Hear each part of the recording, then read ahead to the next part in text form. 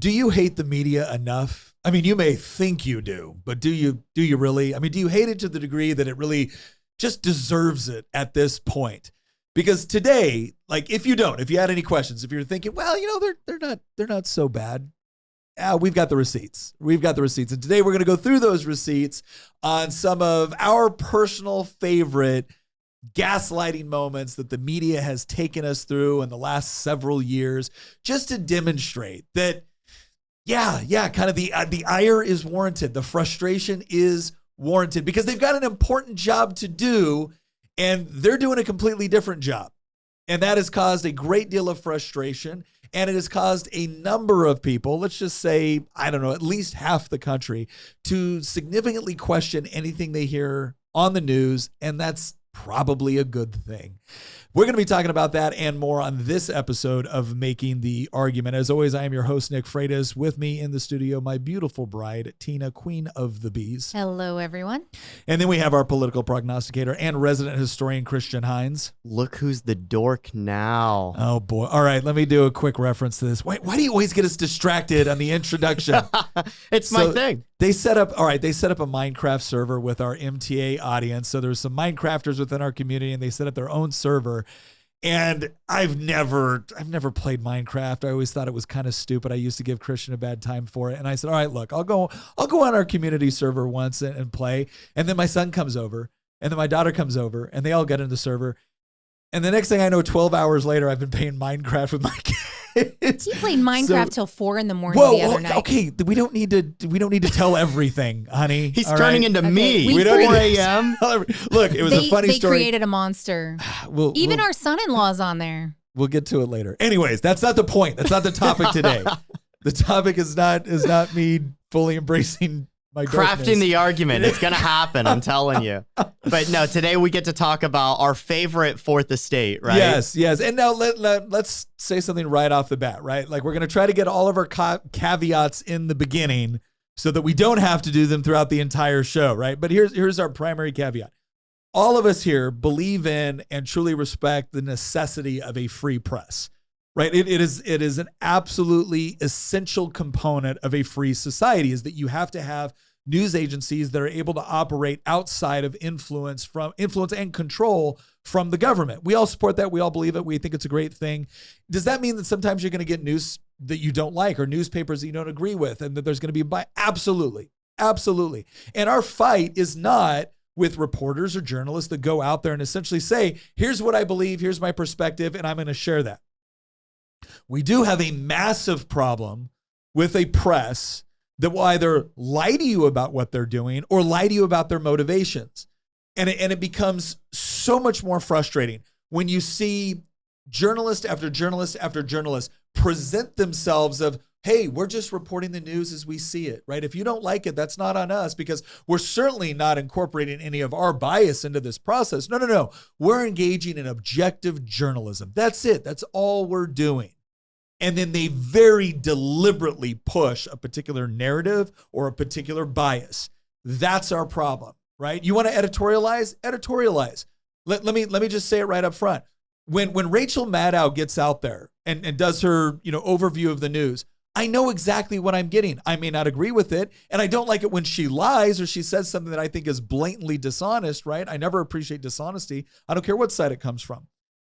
But I have far less problem with Rachel Maddow getting out there and editorializing than I do with supposedly a mainstream reporter that's just supposed to be there to report the news and to try to give you an honest, comprehensive analysis of a particular story so that you can then review facts and come up with your own decisions on how you feel about something. I have a real problem with that guy who claims to be doing that job, who then editorializes, and that has just become rampant. So today what we're going to go over is some of, again, our favorite gaslighting moments from the media that has caused all of us to lose a great deal of confidence in the press. But you know what I don't lose confidence in? True Classic t-shirts. And let me tell you why. Because I, like any man, right, don't usually think a lot about how I shop. In fact, let me go ahead and tell you kind of a painful story. I come home one day late from work, and there's my wife in our bedroom with a bunch of t-shirts that didn't belong to me.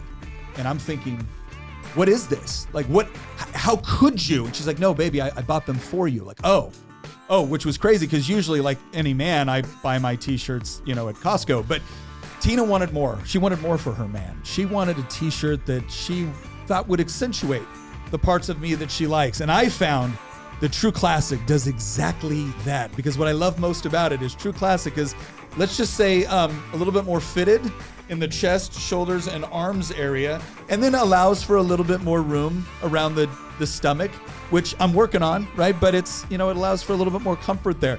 And so they're incredibly comfortable and a whole lot of confidence, because here's what I've learned.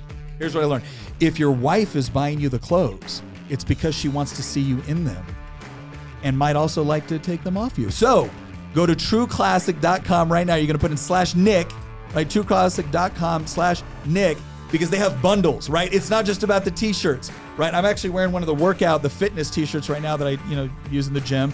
They got the t-shirts. Now they got dress shirts. I actually love their dress shirts, and I typically hate wearing dress shirts. These are great. Plus, now they've got jeans. Like, I'm telling you right now, True Classic is about 80% of my wardrobe, and the rest of it is stuff I got as gifts that I didn't want, right? So go to trueclassic.com/Nick.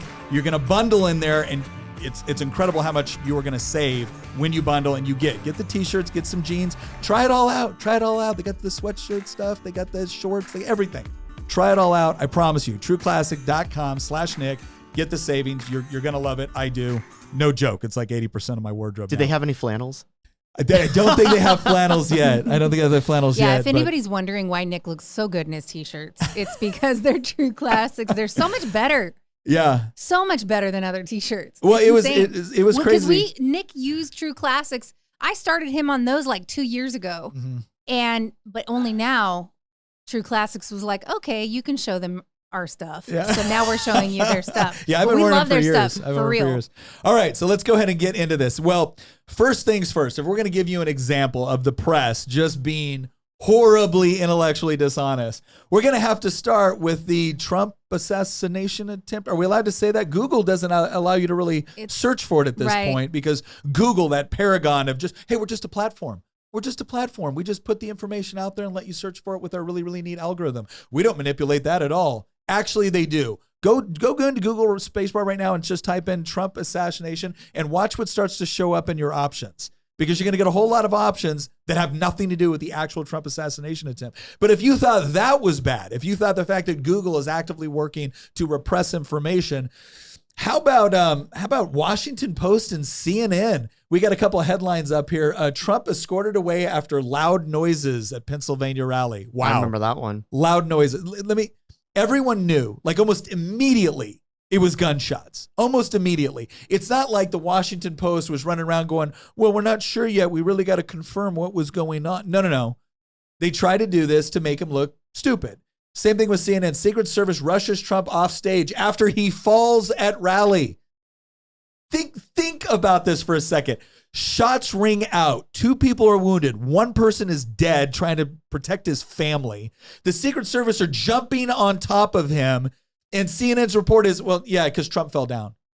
You know what? CNN, look, I know you probably don't have a lot of people out there that have ever been shot or around guns. But it turns out when you get shot or when you get shot at, a pretty natural reaction is to fall or at least get low to the ground.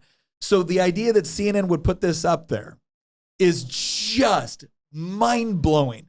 I mean, not just because it's wrong, not just because it's really disingenuous, but because it's stupid. Like, who was the person at CNN who was like, no, this is a good idea. We'll trick people into thinking that Trump just fell down. Like Joe Biden does. You know that there's a enormous number of Democrats that have gone, just off the rails with saying that it was staged, it was totally fake. Staged. Oh, they're still doing that. But honestly, when I saw these headlines, I was like, okay, guys, stop making stuff up. CNN didn't really do that. There's no way. And then I looked it up myself and I was thinking, are you kidding? This is real. This is actually real. Well, there's 2 explanations for this: hubris or stupidity. And both of them come from a position of bias and wanting to try to manipulate the story or manipulate in the minds of people what actually took place. The stupid response is the idea that, well, I hate Trump and I'm writing this headline, so I'm going to write it in a way that reflects the worst on him possible while not technically being a lie, right? Because they do that a lot. Well, it's not technically a lie. He did fall down and there were loud noises, right? So, fact check true. Well, that's what's so crazy is that most of us saw this happen in real time on live TV, and him ducking down, getting back up, and it was very prolonged. Most of us saw that. Yeah. So this was really the height of don't believe your eyes, believe what we tell you. Well, that's the stupidity part. The hubris part is just that. Oh, sorry. The stupidity is what I mentioned. The hubris part is we're so powerful that we feel like we can manipulate the narrative on this. And that's the part where you got to look at CNN and be like, you realize CNN is mostly watched in airports where people don't have an option because the airport just has it on, right? Yeah, this is a theme that I think we might end up circling back around to repeatedly throughout this show, which is that, quite frankly, once people realize that an institution has been ideologically hijacked by a certain group of people, in this case being leftists, they tend to stop giving it a level of legitimacy and seriousness that it traditionally used to hold. And that gets back to your caveat, right? I'm not going to repeat the caveat, but you're right that objective fact-based reporting is obviously essential in any free society. Of course it is. We don't want to live in a world where we have Pravda, but unfortunately we do live in a world where we have Pravda, right? And Pravda is currently serving the Leviathan. Well, actually Pravda is part of the Leviathan. Yeah. And what's happened is that over time, it used to be for a long time that if you were in the center or if you were on the right of any variation, you kind of stomached and put up with what was very subtle left-wing bias. Yeah. It wasn't I don't overt. think it was really subtle. And by comparison, it was. By comparison to what it is today. I'm not so sure it was always super subtle. What I think is the contrast is here now. We didn't have a contrast before. So there's a lot of reporting that happened back in the day, like when I was young, when you were a kid or what, where we didn't have the other side reporting. We didn't have our own side reporting too. We didn't have Twitter. So what we had is we had left-wing media, and we really had no way of knowing how biased it was back then because we didn't have the contrast. And now we have the contrast and we have Twitter. That's a good point. And I can see where you're coming from that, especially because, let's be honest, Elon's purchase of Twitter and converting it into X in some ways was a huge deal for the right because it finally gave us a platform where we could talk about the news and not without down. having to filter it through, outlets like CNN or ABC or CBS or MSNBC or any of them, which is big, right? I mean, this is a prime example, but we're going to be going through many others. The point that I'm trying to get across, though, is that for so long, we kind of put up with the left, the long march to the institutions, right? We put up with, the first few phases of that. Yeah. But now it's gotten to a point where nobody is deluding themselves into thinking that these people are objective, fact-based reporters. No, they're propagandists for the Democratic Party, and it blatantly so. There's so many examples of this. But before we jump too deep into analyzing that, I think that there's some more examples that we want to go through. We got some more examples. So these were two of the most blatant ones that were put out, in part because they were put out by the Washington Post and CNN. So it's not as if we're talking about some podunk, whatever local newspaper with an editor that, and a staff of one. This was the major narrative going out from news agencies, which we're supposed to respect. Look, democracy dies in darkness, Washington Post.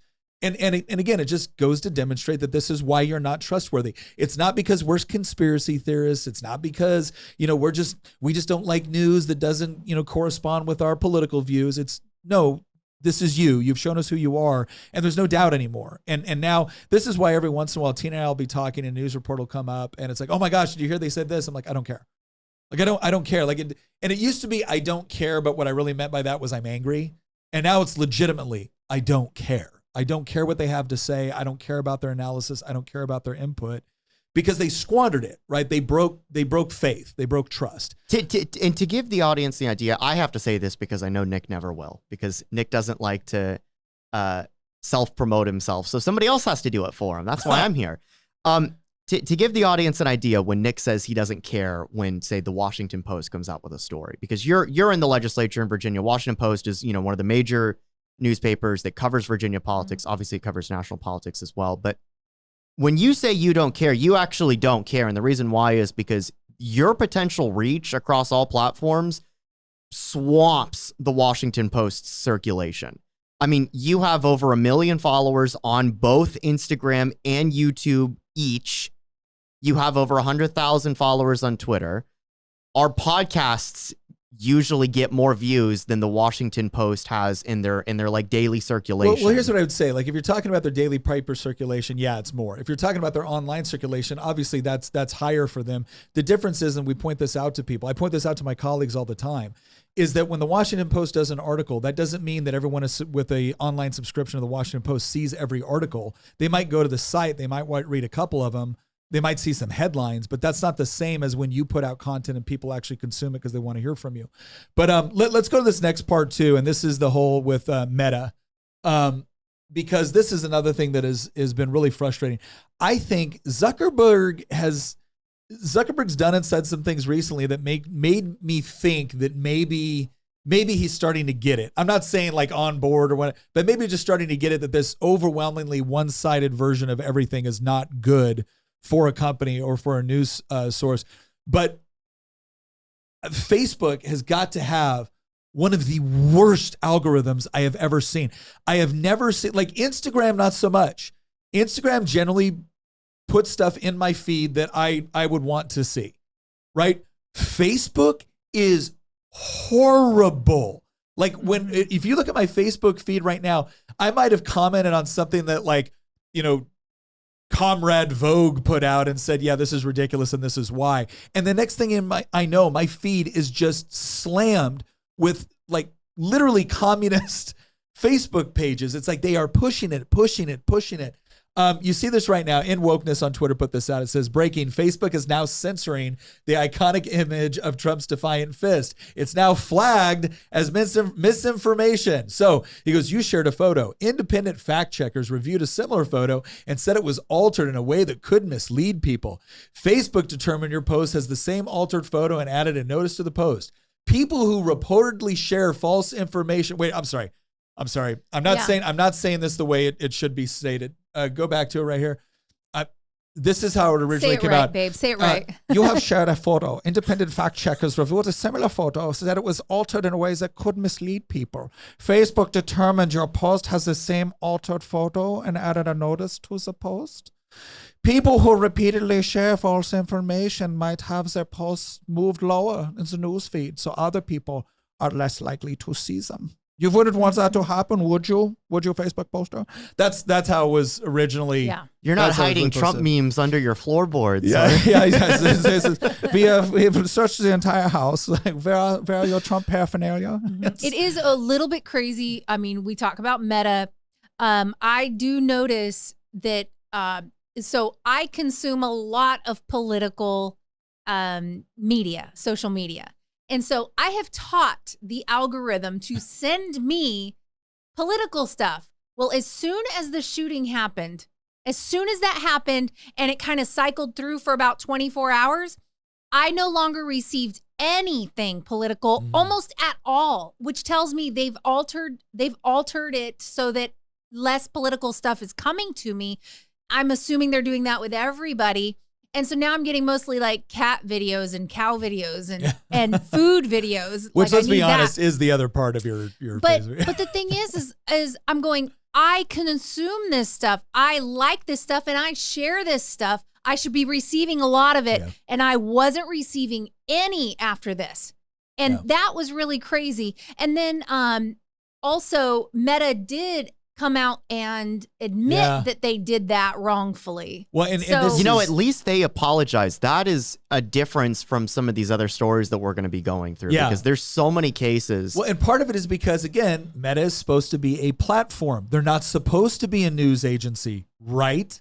This is one of the biggest issues that we've had. In fact, we did an interview with a man named Andrew Ritta who actually worked in the Trump White House and actually works in the technology sector. We're going to be posting that interview here pretty shortly. He actually talked about some of the things that he witnessed from inside the White House and what was going on with respect to the way that algorithms were operating, with respect to the way that the government was influencing platforms to engage in activity that would typically clearly fall under the realm of a publisher. And for those that are wondering, the difference is that a publisher can be sued for libel. A platform is just a platform, right? Think of like your phone service, right? They don't monitor, or sorry, they're not supposed to monitor or censor what you say, but these groups increasingly are. So this also came out. Facebook has officially admitted that it wrongly censored the historic, iconic photo of former President Trump pumping his fist with his ear bleeding after the tragic event that occurred during his rally in Pennsylvania, saying this was an error. Now, here's what I want to point out, because there's going to be some people that will say, well, Nick, they apologized. What's the big deal?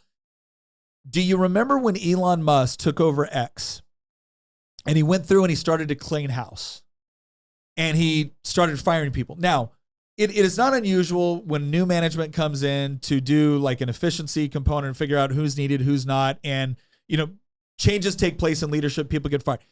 He got rid of close to 80%, 80% of the people working at X.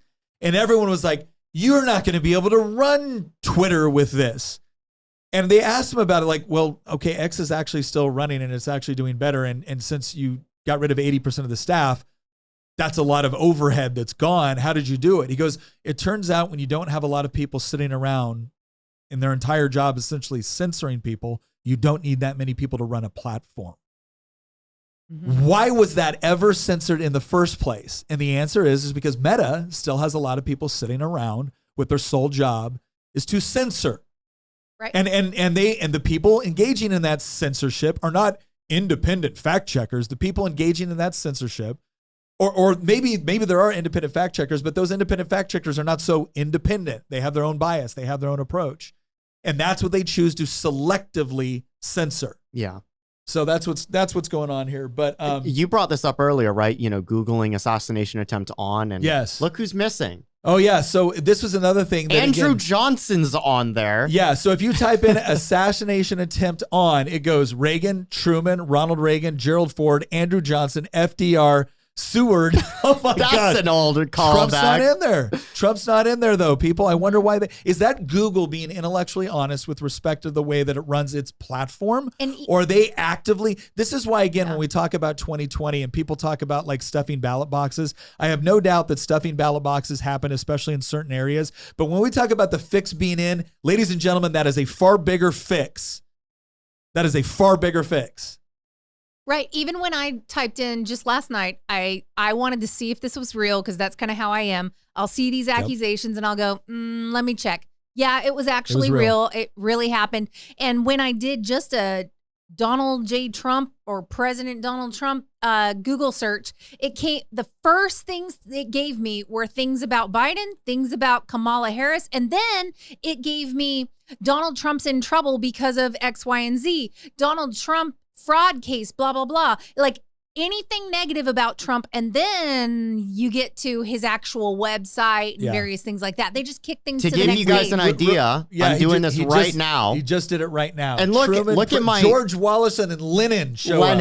Yeah, it's a shame that guy missed. At the very bottom, you got attempted assassination of Donald Trump. It's assassination of Donald Trump. Those were previous things that I've been to. So I already in my search history, to give you an idea of how biased this is, I already in my search history have stuff on Trump's assassination attempt at the bottom here. We have the YouTube clip on it, and then I have a Wikipedia article on it. So that stuff you already pulled up, but all the ones with the magnifying glass are what they're offering. That's the point that I'm trying to get across. Yeah. I've already searched specifically for this event. So you would think it'd be even more likely that I would see something on it. But instead, I'm being shown George Wallace and Lenin. Yeah, it is the selective curation of the news. I've had ones before when we've been doing show prep. And so I'm in there and I'm Googling information for articles and things like that.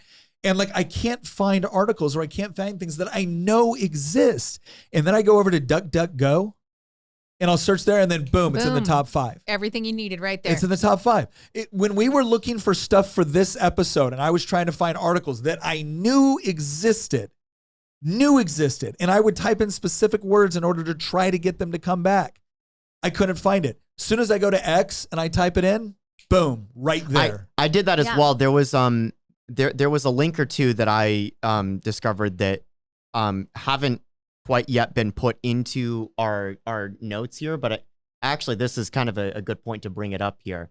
Do you remember when a certain reporter came out and said, I'm repeating this for the 1,000th time. Journalists don't pick a side. Here it is. Let me say, Chris Cillizza from CNN in 2016. Let me say for the billionth time, reporters don't root for a side, period. He has been mocked for this for 8 years now. Good. And if you ever want an example of media gaslighting on the fly, for those who are listening to us, you know, if they're driving, if they're at home, if they're on YouTube watching this, and you ever see something and you're like, man, I really want to like pull up an example of media gaslighting.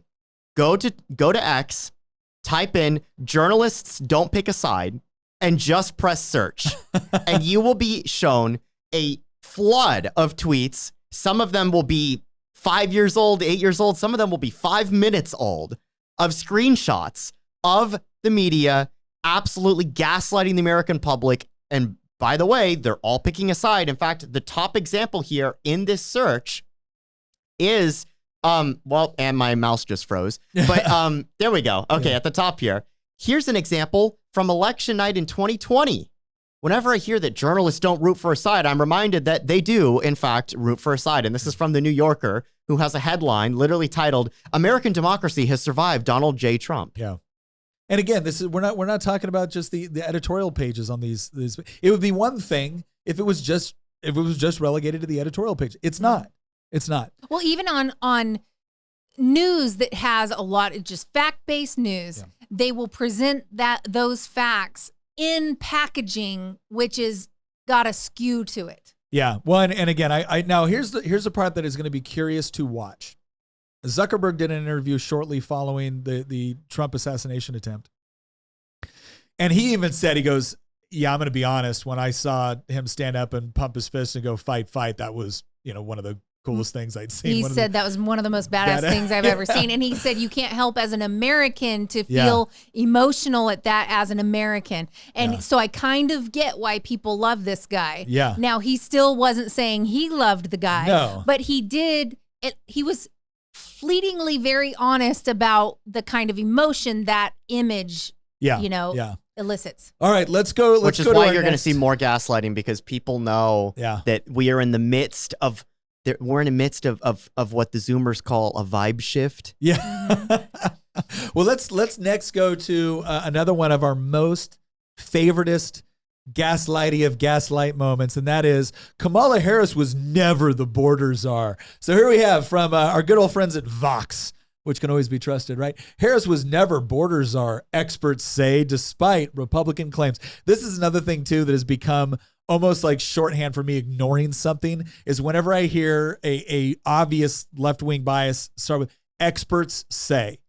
Like I've gotten to the point, there was a tweet that put out that I kind of crushed the other day, and it was Kamala Harris growing up, the daughter of I forget what it was, some sort of scientific researcher, means that she has a lifelong, experience growing up in a house which respects science that could really help her out during the presidency. Experts say. This is from like Scientific American.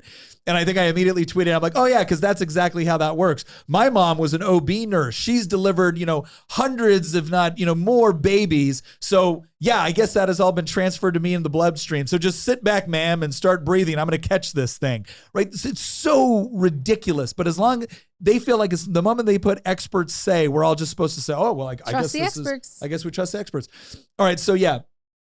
In this article, they went on to explain that, well, she was never technically, shown as being the border czar. It was never a technical label that she was given. And again, it's one of these things where the press does this a lot. And what you will notice is when Republicans do it, right? When Republicans do it, when they engage in language that is not even hyperbolic, but it's just they use maybe a different term to describe something, the press will zero on the specific term that was used, or the fact checkers will zero onto what they think you meant by that phrase as opposed to what the phrase actually means. And then they'll say, oh, see, this is false. But when the left does it, the fact checkers are like, well, context is needed, or this is mostly true. Or this is true. She was never the border czar. She was never the border. Okay, so let's ask the first question up front. What the heck does it mean to be a czar? So typically what this is a presidential appointment to a particular task. So you'll see like the drug czar, right? What is the drug czar? The drug czar is someone that is kind of a special advisor to the president that works between the White House and various executive branch agencies in order to deal with or address a particular problem. And they generally have authority associated with this position, and then they report directly back to the president, and they call that a czar. Where does the term czar come from? Well, it comes from, Russia. We think of the Russian czars, but really it's a variation of the term Caesar. So what it essentially means is that they're in charge of that particular thing.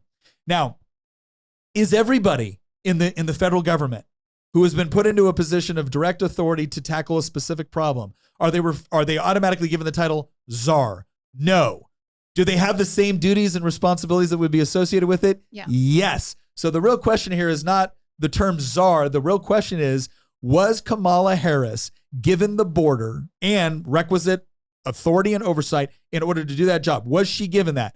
The answer to that one is, yep, sure was. Let's go to...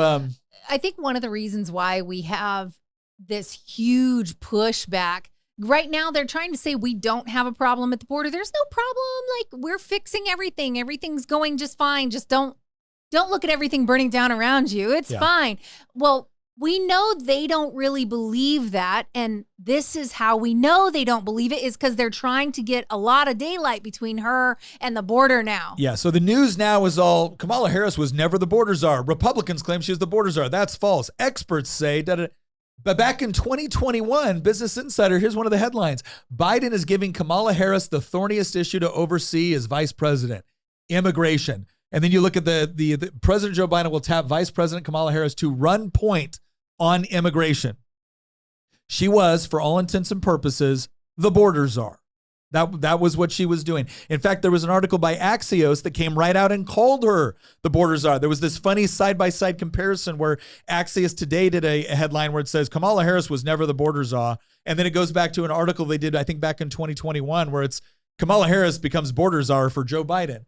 Right? This is the sort of, and that was the same news agency. It was Axios in both cases. What's the next article we got on this one?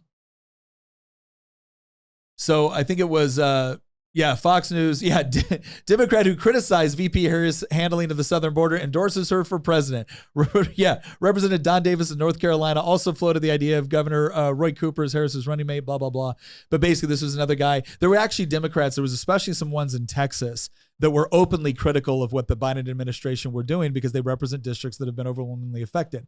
And if anybody buys the propaganda that they've got the border under control, go look at the month-over-month numbers of people crossing the border. Look at where it ended during the Trump administration and look at where it's been since then. And it's the worst in U.S. history. This is the Axios article that you were referring to, by the way. Biden puts Harris in charge of border crisis. Can I also say something?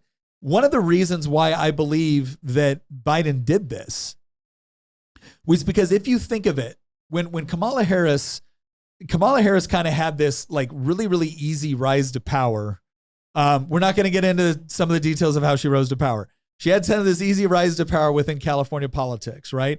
A lot of it was knowing the right people, being at the right place at the right time, the whole deal. Biblically knowing the right people. Tina had to go there. I had to. All right. And then she becomes a U.S. senator. All right. So she didn't have a record she could run on as attorney general. She didn't have a record she could run on as a U.S. senator. She ran for president. Democrats openly rejected her. And then Joe Biden picks her because he specifically said, I'm going to pick a black woman to be vice president. Woman of color. Okay, woman of color. Brings her on and then gives her an opportunity to actually tackle a difficult problem as vice president. Like this would have been like her ultimate credential if she wanted to follow Biden as the next Democrat presidential candidate, would have been to fix the border issue. Mm-hmm. And for any Democrat out there that is saying, well, we would have, but the Republicans killed the bill because they want the issue more than they want the solution. Ladies and gentlemen, when Trump left office, it's not like some sort of change took place within the federal government where all of a sudden Joe Biden and Kamala Harris did not have the same power, funding, and authority to continue to do what the Trump administration was doing, which had a marked, a very noticeable, arguably the most noticeable effect in people crossing the border illegally in our history, right? He didn't do any of it. In fact, he rejected it. He threw out the remain in place, which is remain on your side of the border where we check your refugee status. He threw out border wall construction. Right, he threw out the COVID restrictions, which actually, elevated what it took to get into the country. His administration even fought states who were trying to supplement it themselves. He threw all of it out and then said, well, if we don't get this bill with new powers and new authorities, we can't do the job. That is an absolute fundamental lie. There's no way to word that other than it's a lie. Well, and she's on video many, many times saying that she wanted open borders. She has always been pro open borders. So her being in charge of the border was really just, how do we streamline how to process them through into the country? Yeah. It had nothing to do with stopping them from coming. And to give you guys an idea of just how thorough the gaslighting is on this particular issue, there's just link after link, article after article, all parroting the same talking points, the same lie that she was, that she played no role in this, that this was a myth. It's the whole Republicans pounce type of thing. Yeah. Here's Time saying Kamala Harris was never Biden's border czar. Here's what she really did. I've got another one here. Well, part of what they kept claiming was, she was getting down to the root causes of why people are leaving.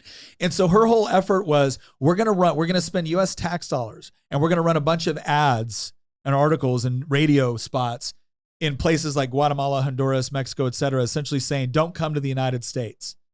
Oh, okay, but you're not going to actually do anything. You're right. You're right. That's what's going to stop people from coming, not the fact that it's illegal. You're not going to actually do anything to empower the actual people responsible for protecting the border. You're not going to do anything to actually harden the border. You're not going to do any of those practical, positive things that we know work. You're just going to run a bunch of ads saying you shouldn't come. Oh, I'm sure that'll work. There's this fantastic article from the Free Press, which is a great title for this place. I actually really like the Free Press because I feel like that, they're on the right, but I think that they show receipts and links in a lot of their stuff. And this is titled Gaslighting the Public on Kamala Harris as Border Czar. It's a great article. I highly recommend that people read it. I'm not going to read the entire thing, but there's a few things in here that I want to point out that I think are going to tee up the rest of the conversation for today's podcast. So they mentioned the thing that you brought up earlier about Axios, right? In March 2021, Axios published a story with the headline that literally says, Biden put Harris in charge of border crisis. And then it goes on to say, and today, this came out a few days ago, on July 24th, 2024, this same reporter at the same outlet has a story headlined, Harris border confusion haunts her new campaign. It reports that in early 2021, it was Biden enlisted Vice President Kamala Harris to help with a slice of the immigration issue. Yeah. And this has created a bunch of confusion, and it's opened the door to, again, Republicans pouncing on her, right? And then it goes on to say, it basically keeps saying that, it's playing around with the English language and how dangerous that is when you're trying to gaslight people this way. And then it goes on to say, this is the best part of the article, where it brings up, nor was Axios alone in correcting the record when it came to Harris. Time weighed in with its own dispatch. So did USA Today and CBS and the New York Times with their title for their article, which is Why Republicans Keep Calling Kamala Harris the Border Czar. Yeah. And on and on.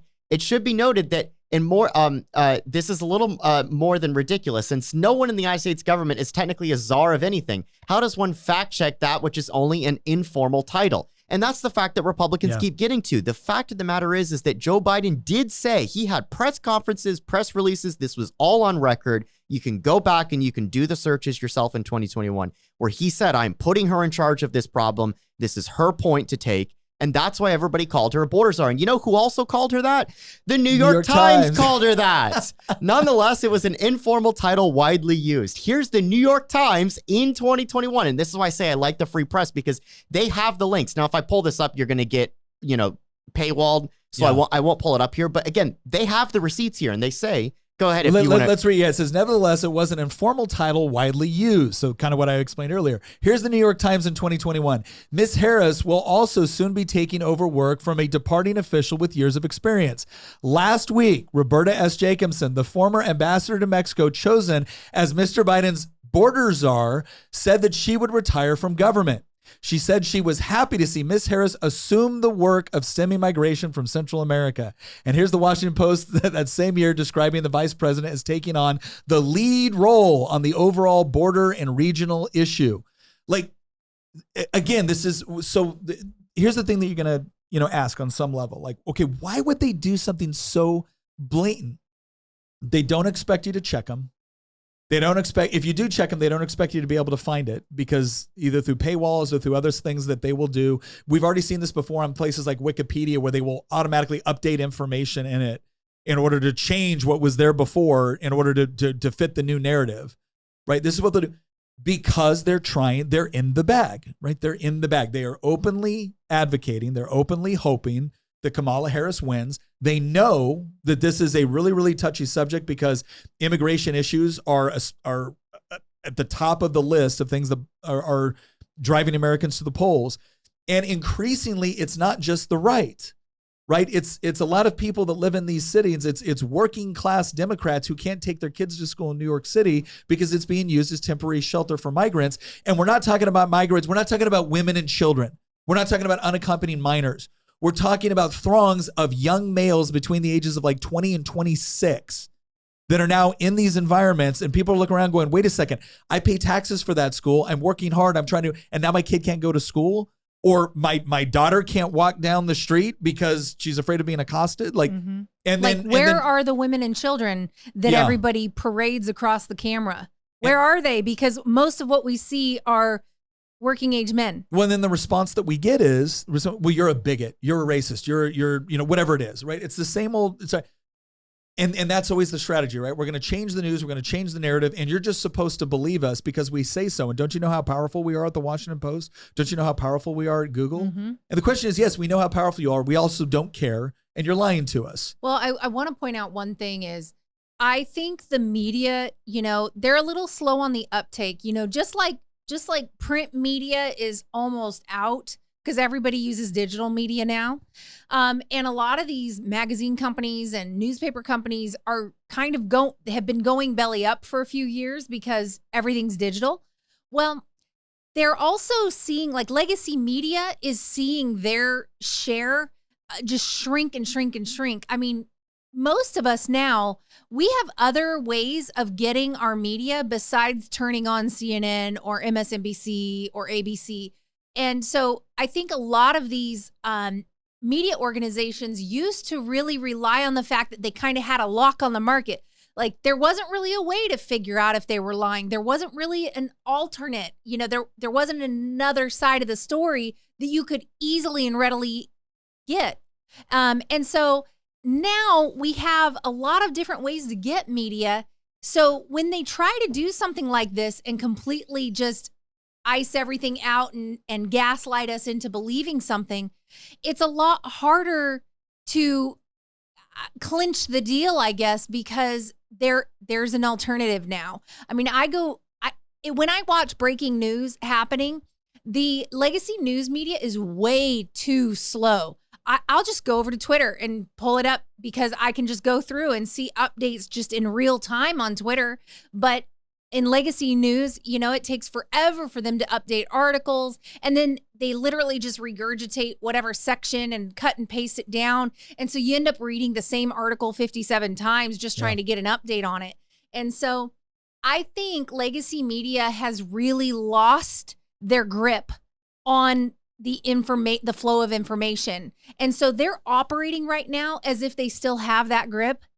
And I think they're sorely mistaken. They are really kind of becoming a relic now. And there's too many alternatives for them to be able to maintain that type of gaslighting. Well, their argument is that, on Twitter, you can go on Twitter and you can get headlines, or you can get reporting on something like that. But the problem is that it hasn't been vetted, it hasn't been looked at, it hasn't been analyzed in order to determine what actually happened.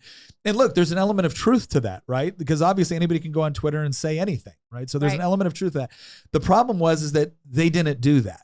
Right. They weren't going through and it's like, hey, we're going to carefully analyze this in order to determine what actually happened. Oh, no. So, and that was. I think that the same way that legacy media built up reputations and caused themselves to become a trusted source, I think the way that they caused themselves to become a trusted source is to be right over and over and over again, to where then they could start tweaking things and doing that. Well, just like on Twitter, you know who's going to say something real and who's not. We kind of know who the bad actors are that put up a bunch of fake crap, and you can tell who's pretty consistently right. There were a lot of photos coming through Twitter that weren't coming up on legacy media during the Trump shooting. Yeah. And there were people coming in and going, that's not the shooter. This is that's from some other thing. Well, turns out it really was the shooter. The people were correct.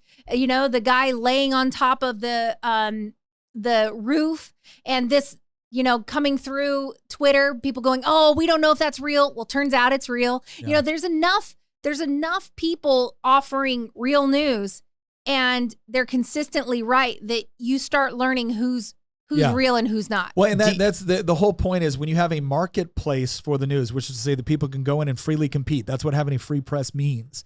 It doesn't mean a couple of different corporations get to run the whole show. It means people can freely compete. Right. And what they're happening right now is they don't like the fact that there's so many platforms now where everyday people who maybe don't have an agenda, or who at least have somewhat, you know, an ounce of integrity with respect to their agenda, can report stuff, and all of a sudden they scoop the news. There's this other article that I just brought up that I know it's not in our outline, but I have to bring it up because we're talking about immigration right now, even though we're at the end of this segment. If you guys remember the murder of Laken Riley back in February, she was a student, I think, at the University of Georgia who was like out jogging one night, and then she was kidnapped and murdered by an illegal immigrant from Venezuela that had come into the U.S. illegally across the southern border. Well, here's how the media ended up covering that story. This is from the Atlanta Journal-Constitution, which is a large newspaper that covers Georgian events, the state, not the country. And here's what their headline is. New top Georgia Republicans quickly tied the killing of a student on the University of Georgia campus to President Joe Biden's immigration policies, decrying what they see as lax border controls after a suspect from Venezuela was charged with murder. And you know what's funny is Leftism for You, which is a great account. Yeah. Did they pounce or seize on the issue? Yeah. Leftism for You replied and said, man comes to the U.S. from Venezuela illegally, and by doing so becomes illegal immigrant. Illegal immigrant murders American student. How dare Republicans blame this on illegal immigration? I mean, we have gotten to the point where it is that stupid. It is that stupid. And you're looking at this. You're looking at this with from the perspective of the mainstream media, and you got to be saying is it stupidity or hubris?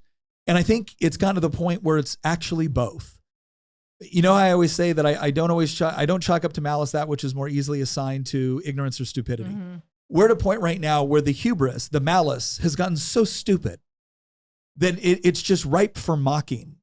I think that the reason why we see through it so much is because there's a lot of us who woke up to this a long time ago. So we can really see through it. We can see that they're all on message. They're all doing the message, you know? And I think the media right now isn't targeting us. They're targeting the people who may be swayed one way or the other based on how they report. These are low information voters, and unfortunately, we have a lot of low information voters. You've got people that always vote on the left no matter what, people that vote on the right no matter what. You've got people that are well informed, maybe on both sides, just depends on if they really believe it or not. And then you've got these swath of people in the middle, and we call it their independents, and they kind of go whichever way they kind of feel like it that year. Yeah. And so I tend to think, I mean, a lot of people kind of wear it like a badge of honor that they're an independent, and they just base it on, you know, the candidate and the character of the candidate.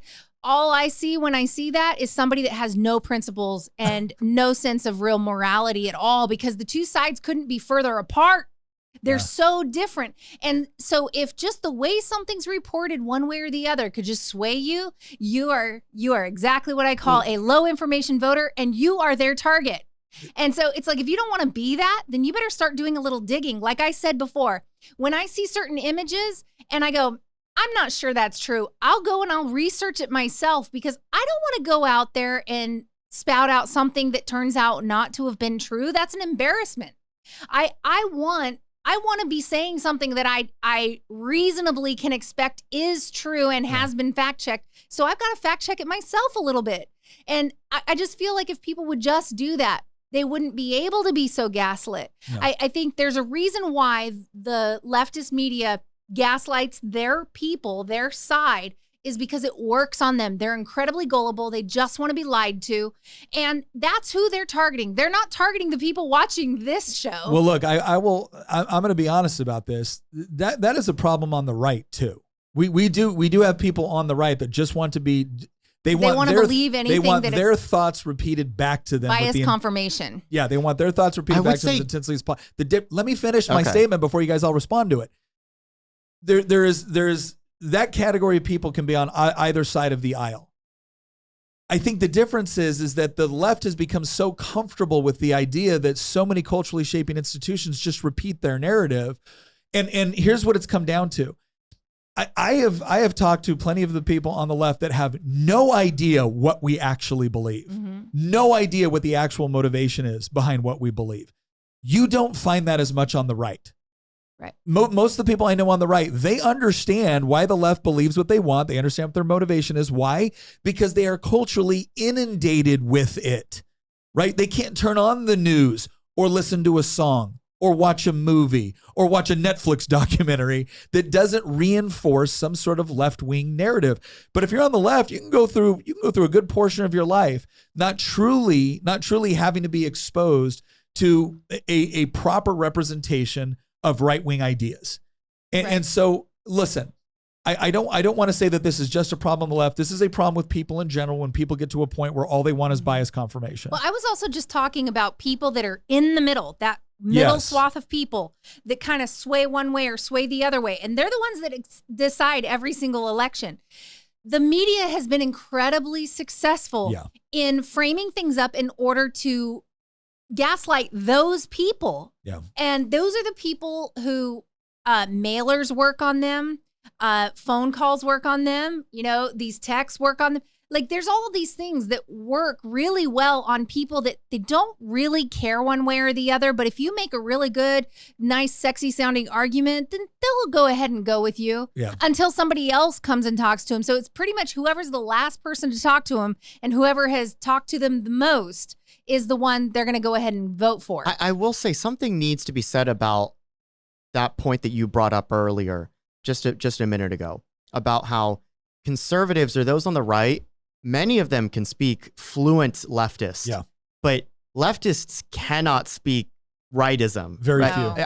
I've noticed that when I was in college, like I was able to, I didn't believe in any of this, but like I was able to articulate what progressives believed, what liberals believed.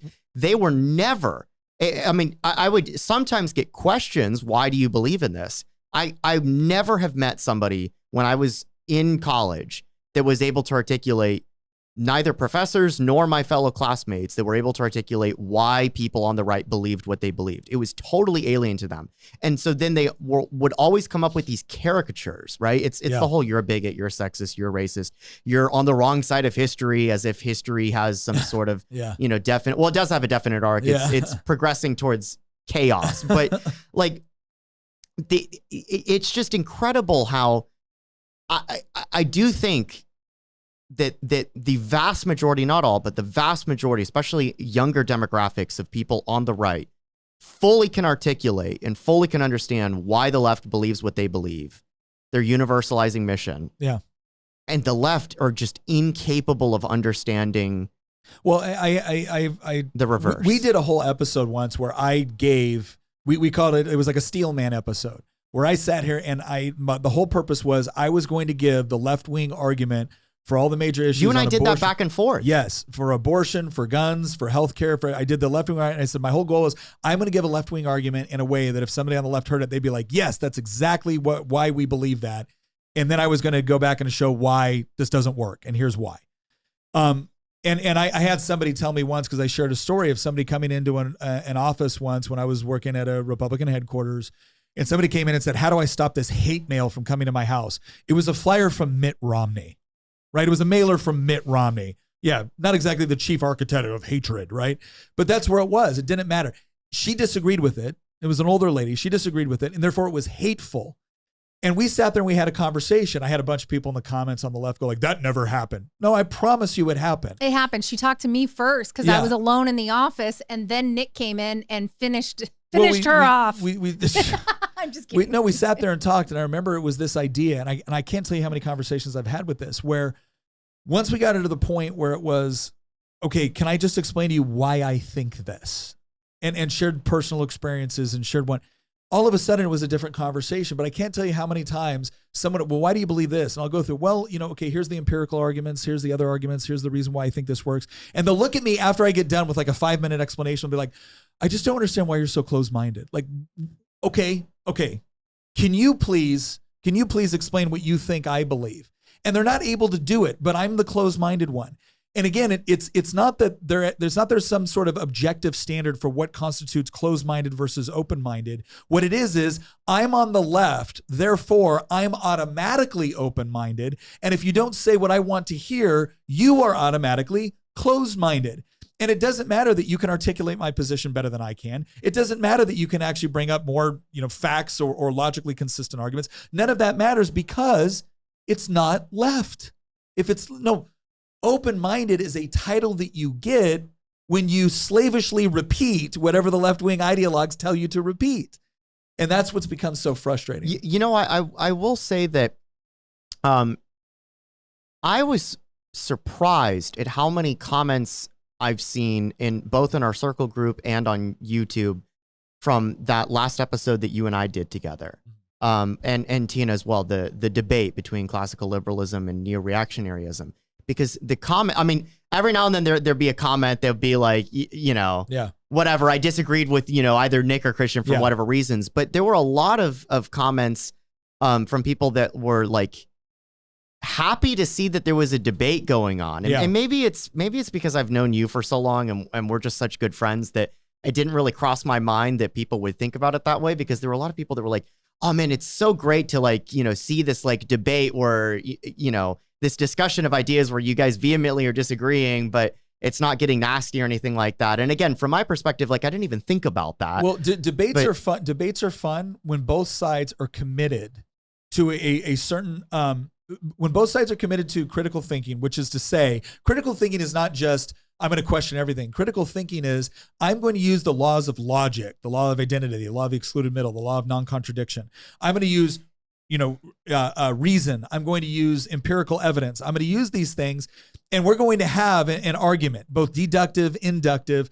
And at the end of it, we're going to be able to admit where maybe we got something wrong or admit where we learned something. And maybe you'll convince somebody, but you should walk away with both sides saying that was a fair fight. And maybe they didn't convince one another, but I have a better perspective on what both sides of this think about this particular topic. The problem is the moment someone is willing to throw out logic and reason, the moment they're willing to throw out the law of non-contradiction when it no longer works for their argument, that is an irrational human being for which it is impossible to have a formative discussion with. Yeah. And that's where the best way that I would describe it is you cannot reason somebody out of something that they never reasoned themselves into to begin with. That's a good way to put it. All right, let's move on to our next favorite example. This is the most infamous story of all time. The laptop from hell. I don't know about you, but I was just so disturbed when this all came out, because after all, we had experts, 50 of them, I think. More than 50. Here's the headline from Politico. Hunter Biden's story is Russian disinformation. Dozens of former intel officers say so. And that's how you know what's true or not, is when dozens of intel officers say so. More than 50 former intelligence officials signed a letter casting doubt on the provenance of a New York Post story on the former vice president's laptop. That's right. It says, here we go.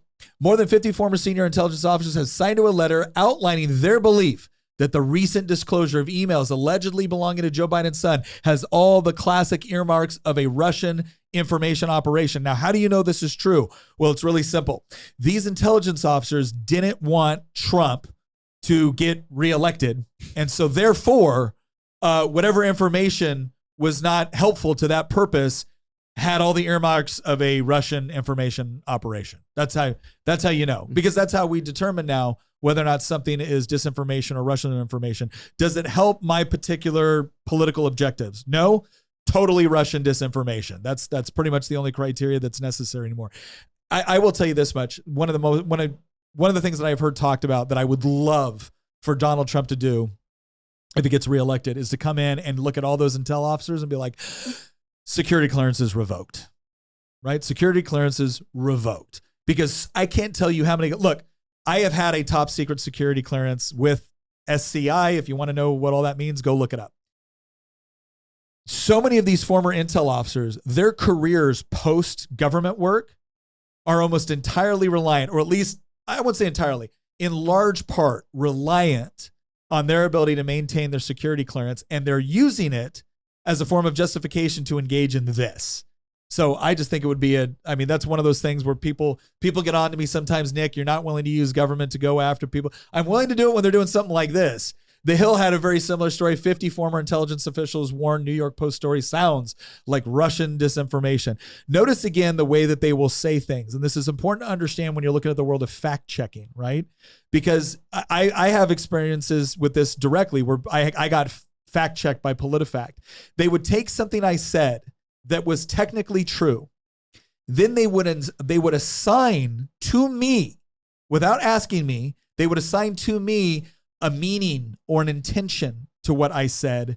And then they would rule that intention or that meaning half true. It's like, well, wait, what did I say? Is what I said true? Then it's true. If you want to say, yeah, this is true, however, there's missing context. Okay, fine. So go ahead and say that. If you think there's a different way to look at this or a different perspective, fine with that. But that's not what they would do, right? So you will look at it where Hunter Biden's story is Russian disinformation. Dozens of former intel officials say so. They will say concepts, or they will put headlines, and they will word it just right to ensure that if they're fact checked, they can always come back and say, oh, well, we were just reporting on what these over 50 intel officials said. Mm-hmm. Right? And again, that would be fair if the fact checkers would apply the same reasoning, the same scrutiny to when the right does something similar. Right. And this was all happening when Twitter did not belong to Elon Musk. And so Twitter was revoking people's ability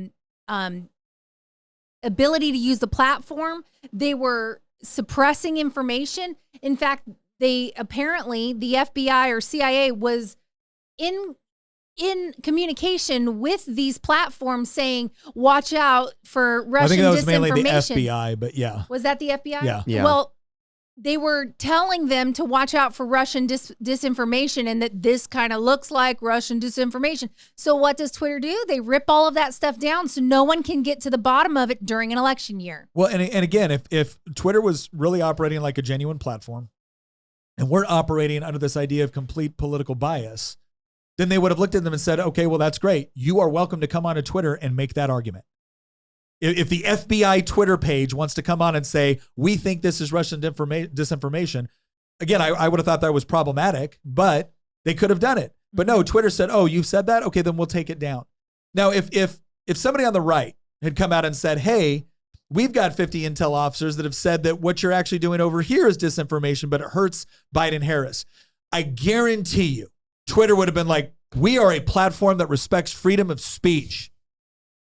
Right? Again, that's the contradiction. They're all about freedom of speech as long as the speech is confirming what they want to happen or saying what they already believe. The moment it doesn't, well, now all of a sudden we have to apply a higher level of scrutiny in order to protect democracy. It's okay, though, because the right is starting to catch on to this gimmick. Oh, I think they've totally caught on at this point. This is why Tim Pool has said repeatedly that, like, if you support freedom of speech, yes, I will definitely defend your freedom of speech, but I'm done. I'm sick and tired of defending the freedom of speech of those who want to take it away from me. Well, and can we also point something out?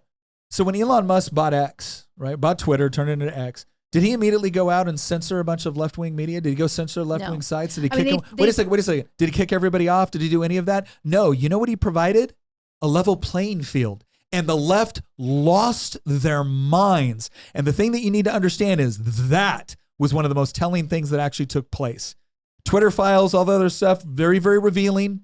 Getting rid of 80% of the employees to be able to, very, very revealing. But one of the most revealing things was the left were not furious because they were being censored on Twitter the way that the right was. The left was furious because they no longer had the power to censor the right. Yep. They can't compete on a level playing field, and they frigging know it. I read something somewhere. This is just a little sidebar. Since we're talking about Elon Musk buying Twitter, there are rumors that he has another search engine in the works that will not censor. Oh, go to it immediately. Well, that makes sense because we showed a tweet earlier in this podcast of him hinting that Google was kind of cooking their own search books and their algorithm. I literally live on this show, like typed in assassination attempt on, and Trump didn't show up. Instead, we got Lennon and George Wallace. And Seward. Yeah. All right, so here's another one. Now, again, this all came out here very recently. So in 2021, you saw all the articles, 50 Intel officers say that this is Russian disinformation. Then it's Intel contractors on CIA's payroll colluded with the Biden campaign to discredit Hunter's laptop as Russian disinformation. Bombshell new report claims. Scroll down a little bit. Some ex-intelligence officials were actively being paid by the CIA on a contract basis when they signed the letter that falsely claimed Hunter Biden's laptop was Russian disinformation. Michael Morrell, former deputy director of the CIA, and former CIA Inspector General David Buckley was another, according to a bombshell new report from the House Judiciary Committee. Again, this is where when you look at some of the worst collusion taking place, the actual collusion that taking place was not Russia. Now, let's dispel something real quick. Does Russia try to interfere in our elections? Yes. Yes, they do. So does China. So does Qatar. So does Israel. So does everybody. And you know what? And we try to interfere with theirs. And we interfere. Well, China doesn't have elections, but and we interfere in their stuff as well. This always happens, right? This always happens. This is not new. This is not crazy. The question is, what are the motivations influencing and whatnot? All of it. So all these people will say, Palestinians try to interfere in American elections. Oh, right? they're definitely trying to interfere. Because the outcome of American elections has a huge global impact on everything from national security to trade to various other components, funding, everything. So this idea that this is somehow, oh my gosh, this is really, give me a break. Give me a break. It all happens. What's important to know is when it's happening and when it's not happening, what it actually means, what it actually looks like. And then back to Tina's point, do you think that anybody's interfering in an election to massively sway my opinion on what's going to happen? No, because I'm grounded in what I believe, right? And I understand how I want the government to operate. And so I elect the people that I think have the best chance of doing what I want. Doesn't mean they will, but that's how I vote. It's the people that are like, I don't know. I just voted. He has kind eyes. Like, holy crap. Like, this is, what do we do with this? Anyway, but yeah, that's what you saw with the laptop from hell. It has been so thoroughly debunked. But again, they don't particularly care. This is also where the hubris goes into play, right? They don't particularly care because the point was not to keep this laptop off the market forever. The point was not to hide all of this forever. The point was to draw enough doubt for just enough time to make sure that nothing could be done about it. Right. To make sure that the election went the direction they wanted it to go. And then at that point, now they've got Biden. He can issue whatever he needs to pardon people. Who do you think had a greater impact? Who do you think had a greater impact on skewing election outcomes in the United States through disinformation? Do you think it was Russia spending, a few $100,000, maybe a couple $1 million on bots on social media in order to push something? Or do you think it was every single major media outlet colluding with elements of the federal government plus contractors of the federal government in order to completely suppress information on their platforms? Absolutely. What do you think had a greater impact on the election? The latter, for sure. For sure. And again, I'm not saying that U.S. media outlets or whatnot can't have an impact on U.S. elections. They're supposed to. The question is, did you do it through disinformation? The operative word is who is the one putting out disinformation in order to impact an electoral outcome? Yep. And you know what's really crazy is they'll come back, they'll issue like, oh, we're sorry, we were wrong here. Let's retract it on page 9. Yeah. And what the crazy thing is they think it's all water under the bridge. Like, oh, well, we retracted it. We did our due diligence and we fired this guy and it's all better now.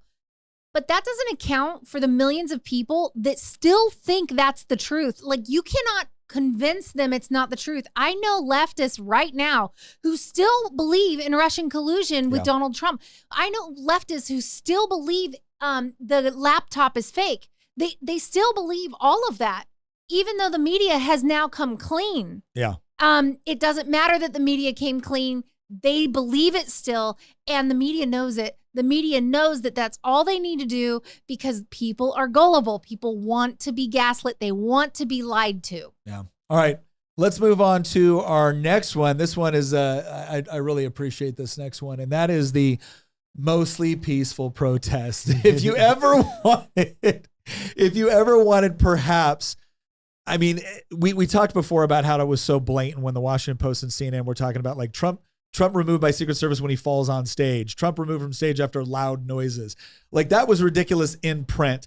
But if you want probably the most obvious in real time, cameras are rolling as they're talking, the mostly peaceful protest while things are burning behind them is had to be. Have you seen that meme of "There's nothing to see here"? It's the like Baghdad Bob meme. Yeah, well, there was one from an old, like it was a slapstick video that they did. I can't remember the guy's name, the actor's name, and like everything's exploding behind him. Nothing to see here. Move along. Like this is again. This would be, let me tell you, what would be the equivalent of this. The equivalent of this would have been if you would have had like a Fox News reporter outside the worst parts of what happened on January 6th saying, this is actually a mostly peaceful protest. Tens of thousands of people that were here are not storming the Capitol.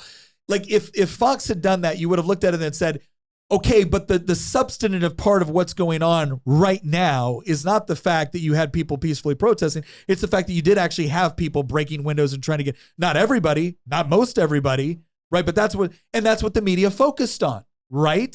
But when it came to this, it's like, there's numerous, this isn't the only example. This one right here is MSNBC, where this guy is talking about, I want to be clear on how I characterize this. This is mostly a protest. It is not, generally speaking, unruly as a building is on fire behind him. And just so you know, it wasn't the only one. Here's the one with CNN. And this is the best fiery, best media. So you know those chyrons, right? The chyrons are the thing at the bottom of the page and during reports where it's like you text, it goes fiery but mostly peaceful protests after police shooting. This is in Kenosha, Wisconsin. And it's just, again, you look at this, and if you look at the way they're reporting, are they technically accurate? So if I have 10,000 people protesting and 500 of them, no, let's do one better. I have 10,000 people protesting and 4,999 of them are setting things on fire, looting and shooting. But 5,001 of them are not. Can I call that a mostly peaceful protest? Well, if you're a moron at CNN or MSNBC, yes, you can. And I'm sure the fact checkers has turned into a meme. Oh yeah, and I'm sure the fact checkers are like, well, technically they're correct. You know, context needed. Apparently, setting fire to things is not violence, though. No. Well, it's just like whenever they're looting stores, it's like, well, they're doing this to feed their families. Really? No, they're not. Really? That's why okay. I mean, it would be the equivalent of like when you and I say on the pod, and we brought this up before, like when we say that, you know, does anybody remember when the left was setting fire to American cities in the summer of 2020? It would be the equivalent of the media coming in, being in fact check and be like, well, technically a majority of city blocks in urban areas in the United States were not actually physically set on fire in the summer of 2020. Like, yeah. It gets to a point where eventually the response from people who are not just totally ideologically drinking the Kool-Aid are like, I'm done listening to you. Yes. I'm done listening to you because at the end of the day, you're a bunch of hacks. Yeah. You're like a bunch we of can hacks. see it with our own eyes. It reminds me of what's going on right now with the crime statistics. Yeah. And how all the news outlets right now are parroting this whole, crime is actually down. Crime's down.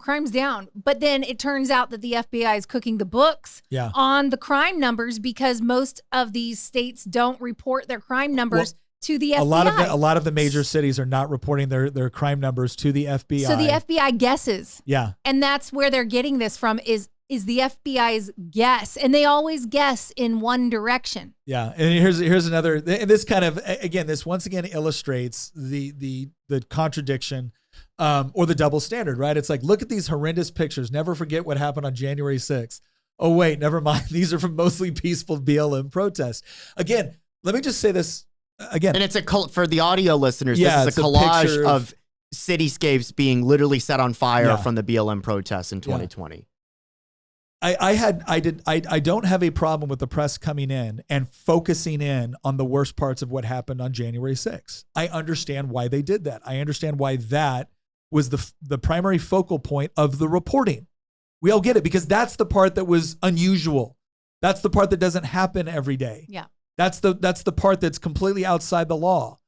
That's also the part that Donald Trump actually got on Twitter that day and was like, peacefully protest. Do not, use violence. We're the party of law and order, that they took down from Twitter because they wanted to be able to crush him with it. They removed it. But anyways, the mostly peaceful protest, I think it was probably, I think that broke a lot of people. I think that was a lot of people where they looked at that and said, yeah, this has gotten to a level of sheer absurdity that when January 6th happened, I knew a lot of people, and I remember I commented on January 6th, I think I commented on the 7th or 8th, and I said, look, I've got a lot of people ask me to comment on this, so here's what I'm going to comment on, because we had just got out of a very, very contested race for Congress at that point.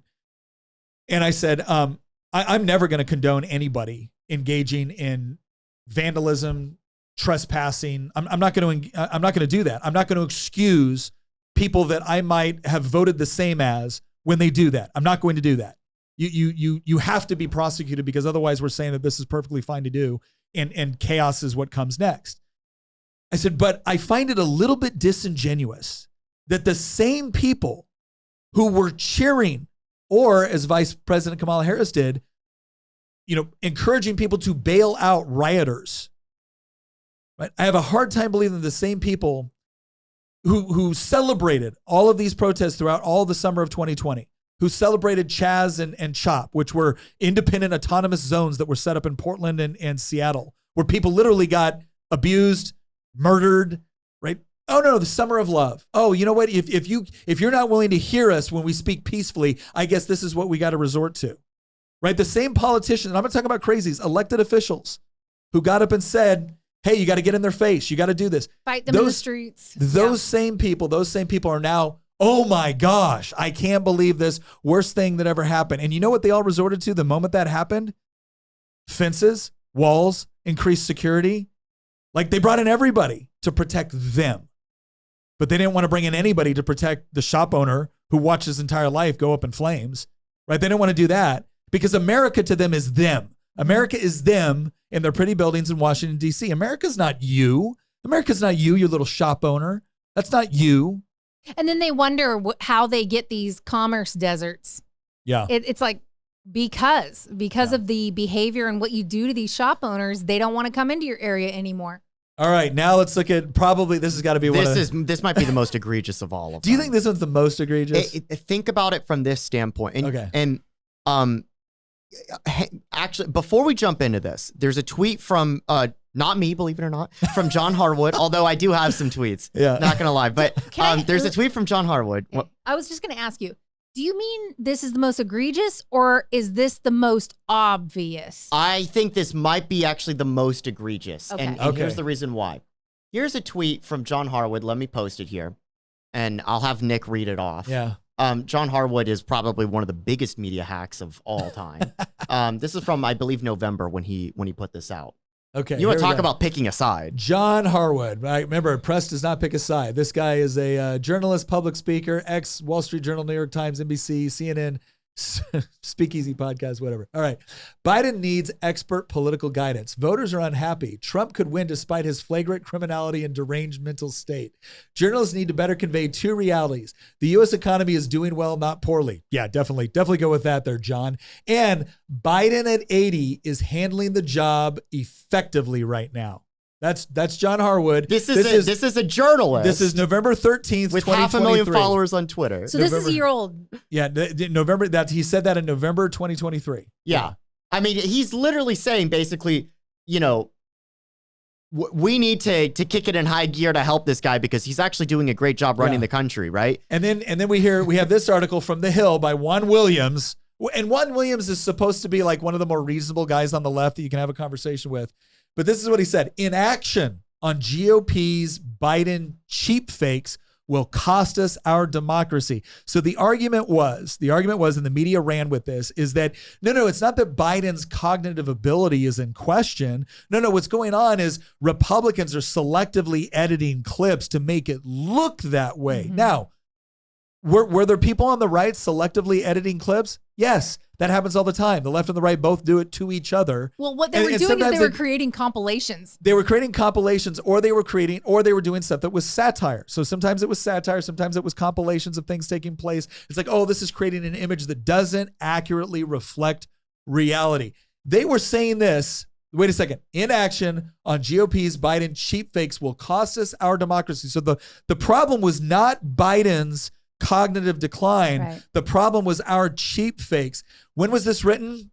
June 6th of this year. Yeah, right before. No, I'm sorry. My bad. June 24th of this year is when that was written. Right. Like, how detached from reality. This was a couple days before the debate. It's because there were a lot of little clips going around where there were just little clips of of conversations or speeches or things like that where Biden would go rambling and you wouldn't be totally unintelligible. You wouldn't be able to understand what he was saying. And just because it was that really tiny, well, look at this little clip of this and clips of him falling, clips of, weird conversations, weird behaviors, him freezing up, stuff like that. And that's what they were referring to. These things weren't even heavily edited. They were just Let's scroll down a little bit. Selective clips. I want to say this. Juan Williams, talk about playing with fire and getting burned. The Republican National Committee is defiantly sending out misleading videos to add credibility to the idea that an aging President Biden is mentally incompetent. RNC officials say they do not care that their fraud is being called out by fact checkers at big news organizations, although not manipulated by AI. See, listen, although not manipulated by AI, they do not stand up to scrutiny when the moments are viewed in context or from wider camera angles. They do not care that Biden White House press secretary is labeling the manipulated videos as cheap fakes and saying the treachery tells you everything that we need to know about how desperate Republicans are. Republicans don't care because these cheap fake videos are money-making hit. Clickbait's supreme in the conservative media's echo chamber. They are even being picked up for local news broadcasts by Sinclair. Conservative websites and radio shows have joined in mocking and bullying Biden. This is Juan Williams. How dare you suggest June 24th of this year? This is a couple days before the debate. This is Juan Williams. No, the real problem is not Biden's cognitive decline. It's that you Republicans are making it to look like he has cognitive decline. Okay, Juan, I got a question. Did we make him get up there on the debate stage? Did we make him answer questions the way he did? Did we cause him to freeze up? Like, I got to tell you, I don't care what cheap fake Republicans put out. Yeah. I don't care what cheap fake. Nothing was as damning as your guy on the stage. And you want to know how we know it?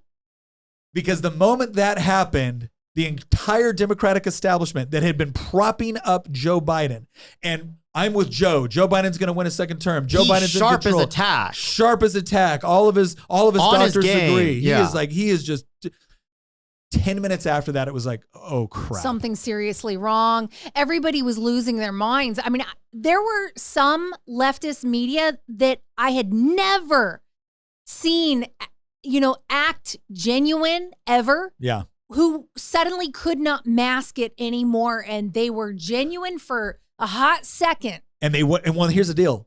They weren't genuine about the cognitive. It was not Biden's cognitive decline that caused Democrats to ask him to step down. It was his decline in the polls, not cognitive decline, polling decline. I guarantee you, regardless of how he performed in that debate, if the polls showed that he was 5 to 6 points ahead, every Democrat would have lined up and said, he did great. Yep. They would have done the Joe Biden.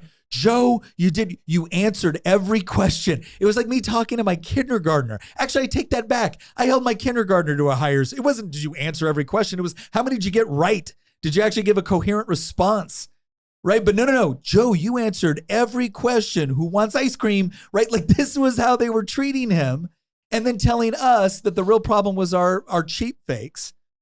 And the end result was the moment the polls went like this, the Democrats like, we got to jettison you, man. Sorry. Stuck with you as long as we stuck with you. And then the money shut off too. When we stuck with you all through the cognitive decline and all through the primary, we deliberately manipulated, the party of democracy deliberately manipulated their own primary process to prevent RFK from being able to compete in it, to prevent anybody from being able to compete in it. right? And then at the end, did they say, okay, we're going to come up with some sort of snap process to give? No. It was the party of democracy is now going to inform their voters who their candidate will be, and you will take it and you will like it. And by the way, we're gonna immediately turn her into a TikTok sensation. Yeah. And Yeah. has anybody seen the But tweets lately? They don't mind that that's what's happening. No, I know that they don't the mind. The left totally doesn't care that they did this to That's them. the whole point. That's Yeah. the whole point, because again, it's the same people that were repeatedly for years, elected officials and activists, and journalists, of course, that were all saying Joe Biden's on his game. Yep. He's sharp as a tack. Again, John Harwood was like, in that tweet that I read off, or that I showed you that you read off, he was saying like Joe Biden at 80 is doing an excellent job at running the country. Nobody in their right mind thinks Joe Biden is running anything right now. No. Everybody knew after that debate that was all a lie. And this is why I say that this story out of everything is probably the most egregious out of all of them, because we were gaslit for years that this man was running the country, that this man was president of the United States. He certainly has been elected to that office, but he's not executing that office. I mean, and it gets back into a broader point that we've discussed back and forth, that like the Leviathan's running the country, the bureaucracy's running the country. It's the administrative state that's really running the country. It's not Joe Biden that's running the country. And the entire country was shown that to be the case when that debate took place. Up until that debate, we were lied to repeatedly by the media, by Democratic elected officials, by political activists. We were lied to about who was really running the show. And then the lie was exposed. And the second that the lie was exposed, they tried to jettison this guy and eventually successfully did so after a month of inter-party fighting over that. Yeah. And the only reason that they did it is exactly to your point. If he was leading instead of trailing Donald Trump by 3 points in the polls, they would be circling the wagons rather than trying to eject him and put somebody else in. The only reason they did that was because for the first time in 20 years, they're losing in the popular vote and they're getting crushed in the swing state polls under him. And so they ejected him and they put somebody like Kamala Harris in. And now we're being subjected to another current thing. Yeah. And this current thing is Kamala Harris is now quirky and relatable and just, so entertaining. And it's funny because when she was running on the ticket, there was news reports coming out talking about how she was a drag on the ticket. Yeah. That people didn't like Kamala Harris. And again, understand how much time and effort the Democratic Party put in and how much personal political capital Barack Obama put in to elevating Kamala Harris as the next great thing.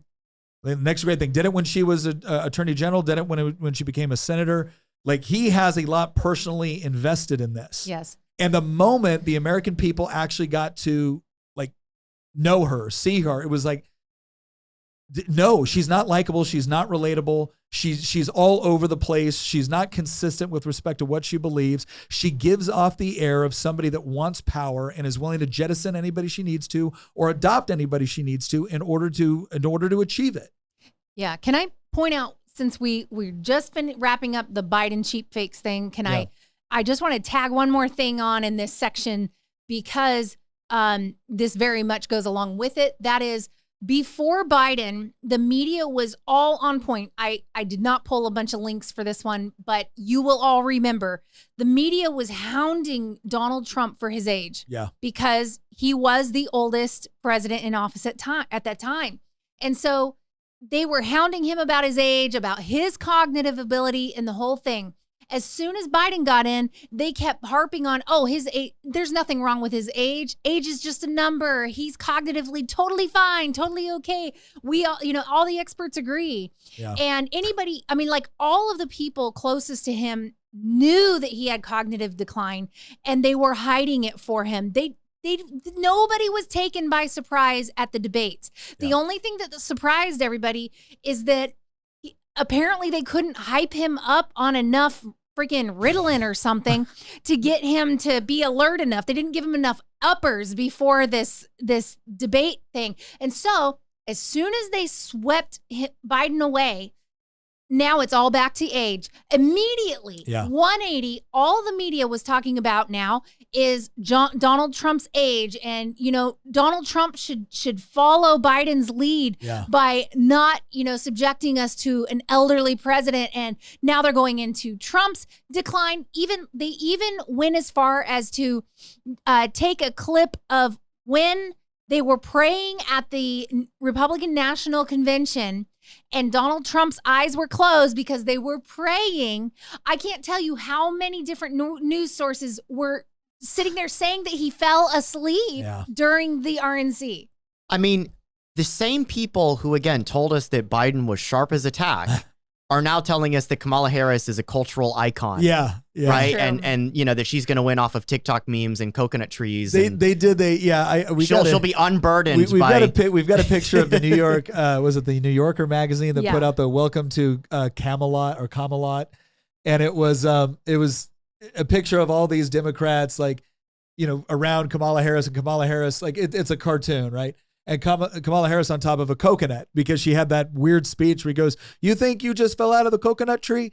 And it's there's this huge thing to make her fun and quirky and intelligent and on it and powerful and in charge.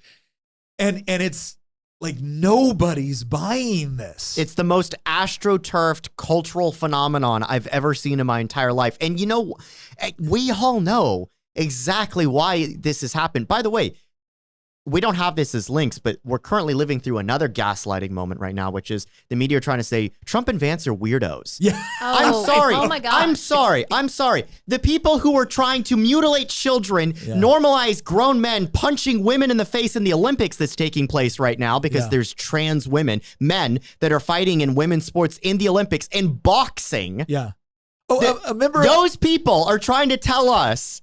The people that are trying to normalize drag queen story hour and riding around naked in San Francisco on your bike during Pride Month are trying to tell us that JD Vance and Trump are the weirdos. Yeah.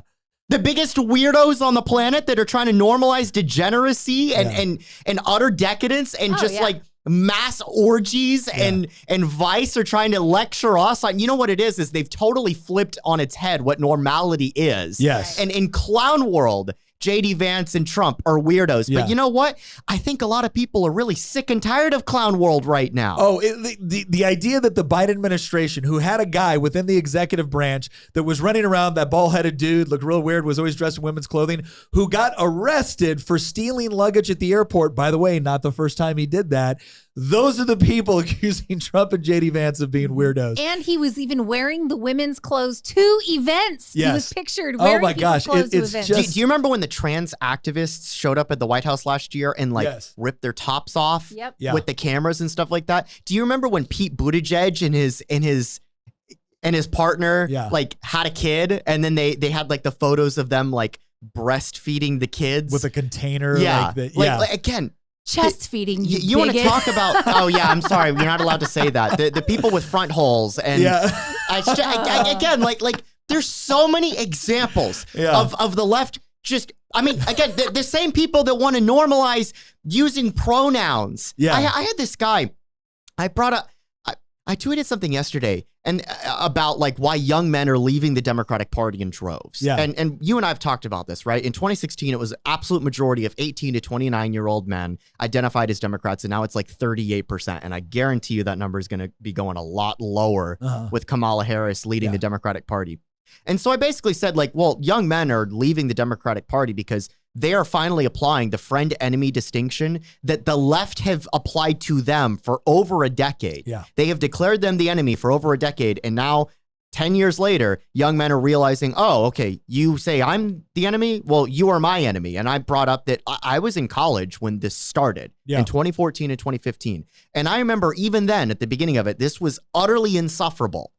We were given no quarter. Our professors, many of our female peers, just absolutely loathed us. Why? Because of our skin color if we were white, or because of our sex if we were men. Yeah. And this random dude that follows me replied and was like, LOL. And I'll reveal the rest of this too, but he's like, LOL, I went to JMU too, just like you. None of this happened to me. You're mentally ill. And then I check out his bio. He has His bio's like a picture of him wearing a bunch of masks that say like vote. He's a Democratic political operative that uses he, him pronouns in his Twitter bio. He should change those. He's worked for like the Democrats in the House of House of Delegates here in Virginia. And like, he's just a Democrat political hack. Yeah. That's like a couple years younger than me. And this guy's like trying to tell me that I'm the mentally ill one. And so like I replied with like some of these charts that we've talked about where I'm like, the statistics show us that you're the mentally ill I'm not ones. the demographic that's trying to normalize this stuff. And by the way, has a self-reported mental illness rate of over 30% of just young men. Yeah. That's just young men. Young women in our age group that are on the left, it's over a majority of them, over 50% of them that have a mental illness.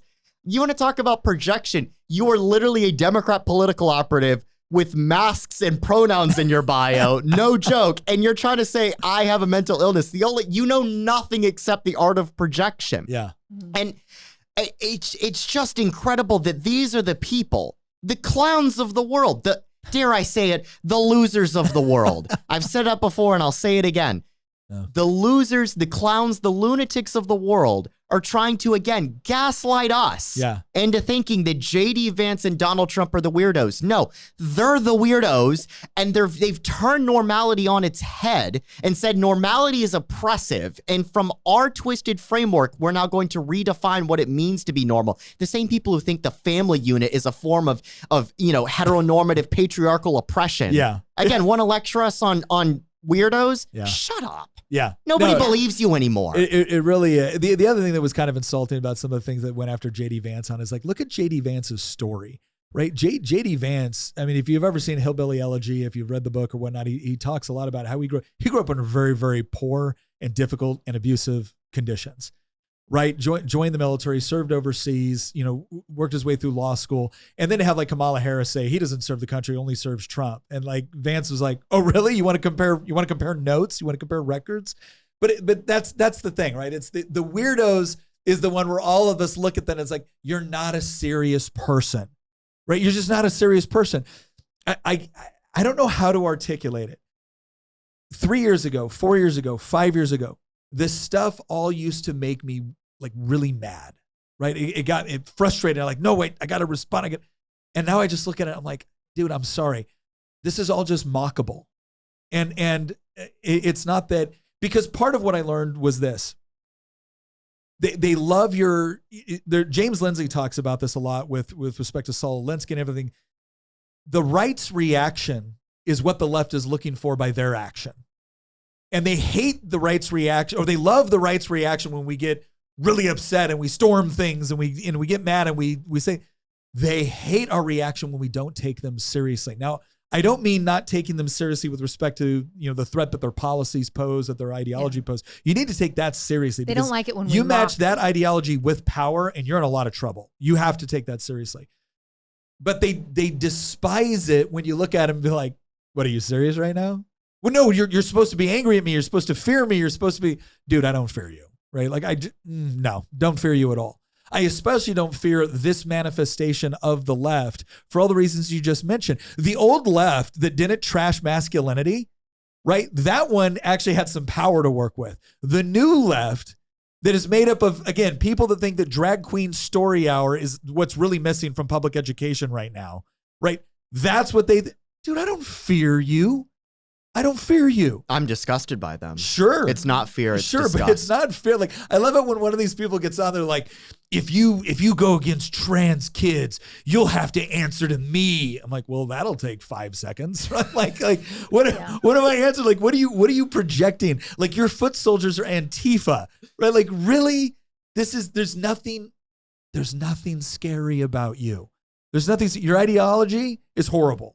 I think their stupidity is pretty scary, and what they implement through, just sort of their groupthink is scary. Sure. I look at when we're on this topic of media gaslighting and things like that, during the debates, they fact-checked Donald Trump's inflation numbers, and they're like, oh, that's a lie. Inflation is down to 3% and blah, blah, blah. And they go on and on about inflation's only this percent, 3%, 5%, whatever it is. Yeah. Well, what they mean is it's that percent over last month, over last month, over last month. Or last year. Or last year.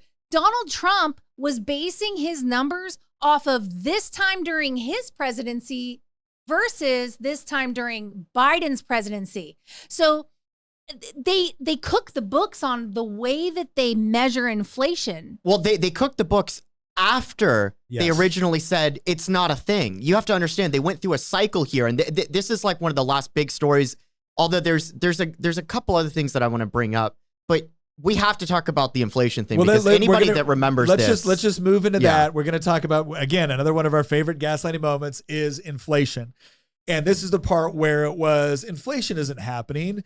Okay, well, if inflation is happening, it's not that bad and it's transitory. Actually, inflation's a good thing. I remember that. If you don't like inflation, you're a neo-Nazi. Now, if you think that I just exaggerated that, let's go to the receipts. 2021, President Biden speaking with reporters, July 19th. This is 2021, his first year in office. There's nobody suggesting that unchecked inflation on the way.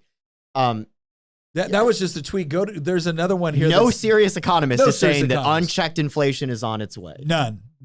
In fact, click on the next one. Yeah, here's this one I love, right? Barron's magazine. So we're talking about people that at least should have their finger on the pulse with respect to financial markets and should at least know how monetary inflation works. Here's Barron's, and this is on March 11th, 2021. Inflation isn't happening, and it likely won't. Here are 7 charts showing this. If you want to know why one of the reasons we focus so much on this podcast on making good, sound, logical arguments and not being overly reliant on whatever numbers just get thrown out there, it's because of that. The same people that should know better are saying, no, we've got all these charts. No, look at this. Bureau of Labor Statistics is saying this. Everything's fine. Stop believing what you see in your day-to-day life, right? And just trust us. Now, is there an argument to be made that sometimes your personal anecdotal evidence does not generate into a larger, widespread understanding of a topic? Sure. Is empirical evidence useful? Yes, if it's properly understood in context. But there's a reason why I think it was Mark Twain that said there's lies, damn lies in statistics. And it's because statistics carry with it this air of authority. And they are the ones that are used the most to manipulate the process. And this was a perfect example of inflation. So remember, the story 2021, we're not talking about 2021. Inflation isn't happening, and it's not going to. Here's 7 charts that show why. Then we get into Secretary Janet Yellen. I regret saying it was transitory. It has come down, but I think transitory means a few weeks or months to most people. Because remember, it's not happening, and then it's transitory. Oh, this is just something that is becoming here for a while. Some of the responses to this were hysterical because it was the idea of, it's also transitory? Life, right? Life is transitory. By the summer of 2020, even within the same year, just 3-4 months after Biden and many of the media outlets were basically saying inflation's not going to happen. It's not going to happen. This is what CNN came out with in the summer of 2021. Well, wait a second. Wait, before we get to that, there was another one there just to show the point. I don't know if we skipped it already or maybe we went past it. There was another one that actually said why, I might have it in the wrong order, why inflation is actually good for you and healthy, right? Why inflation is healthy. And then after that, so again, not happening. It's transitory. It's actually a good thing. And then finally this. Oh, here it is. Yeah, CNN Business. Inflation is healthy, but the neo-Nazi alt-right are upset about it. Now, was this put neo-Nazi alt-right. Neo-Nazi alt-right. Now, keep in mind, this was probably put out by some like rinky-dink, news. Oh, no, CNN. Right? Yeah. Inflation is healthy, but the neo-Nazi alt-right are upset about it. And Patrick Lowry said, in less than a month, we've gone from inflation doesn't exist, inflation is transitory, inflation is higher than we expected, inflation is good for you. This is one of the first times where I remember when this whole thing was going on, and Christian and I were trying to articulate this cycle that was taking place on the left and within the media. And this is where the first place where I thought it became very, very evident, where it's that thing that you're upset about isn't happening. If it's happening, it's a good thing. And the only reason you're mad about it is because, what was it? It's the thing is not happening. Okay, the thing may be happening, but it's a good thing. And then it was, and if you don't celebrate the thing, you're a bigot. Like that was kind of that was the general cycle. That was the general cycle.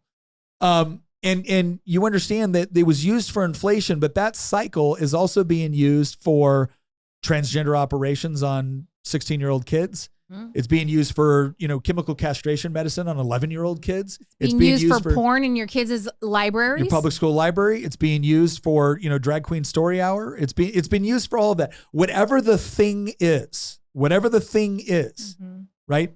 That's not happening. Why do you care if it's happening? If it is happening, it's a good thing. And if you don't celebrate it, you're a bigot. That's the transition.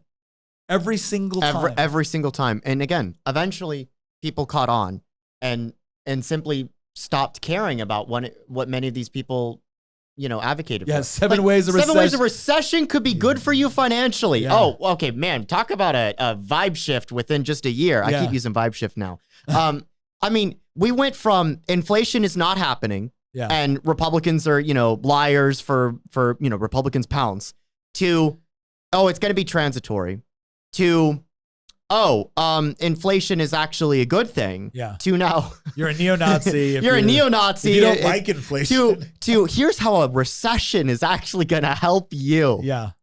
Well, and now look, I am hitting them up a lot on the intellectual dishonesty here. Now allow me to be intellectually honest in a way that is not convenient for me. And we've talked about this before. The inflation that we're experiencing cannot be chalked up exclusively to Joe Biden.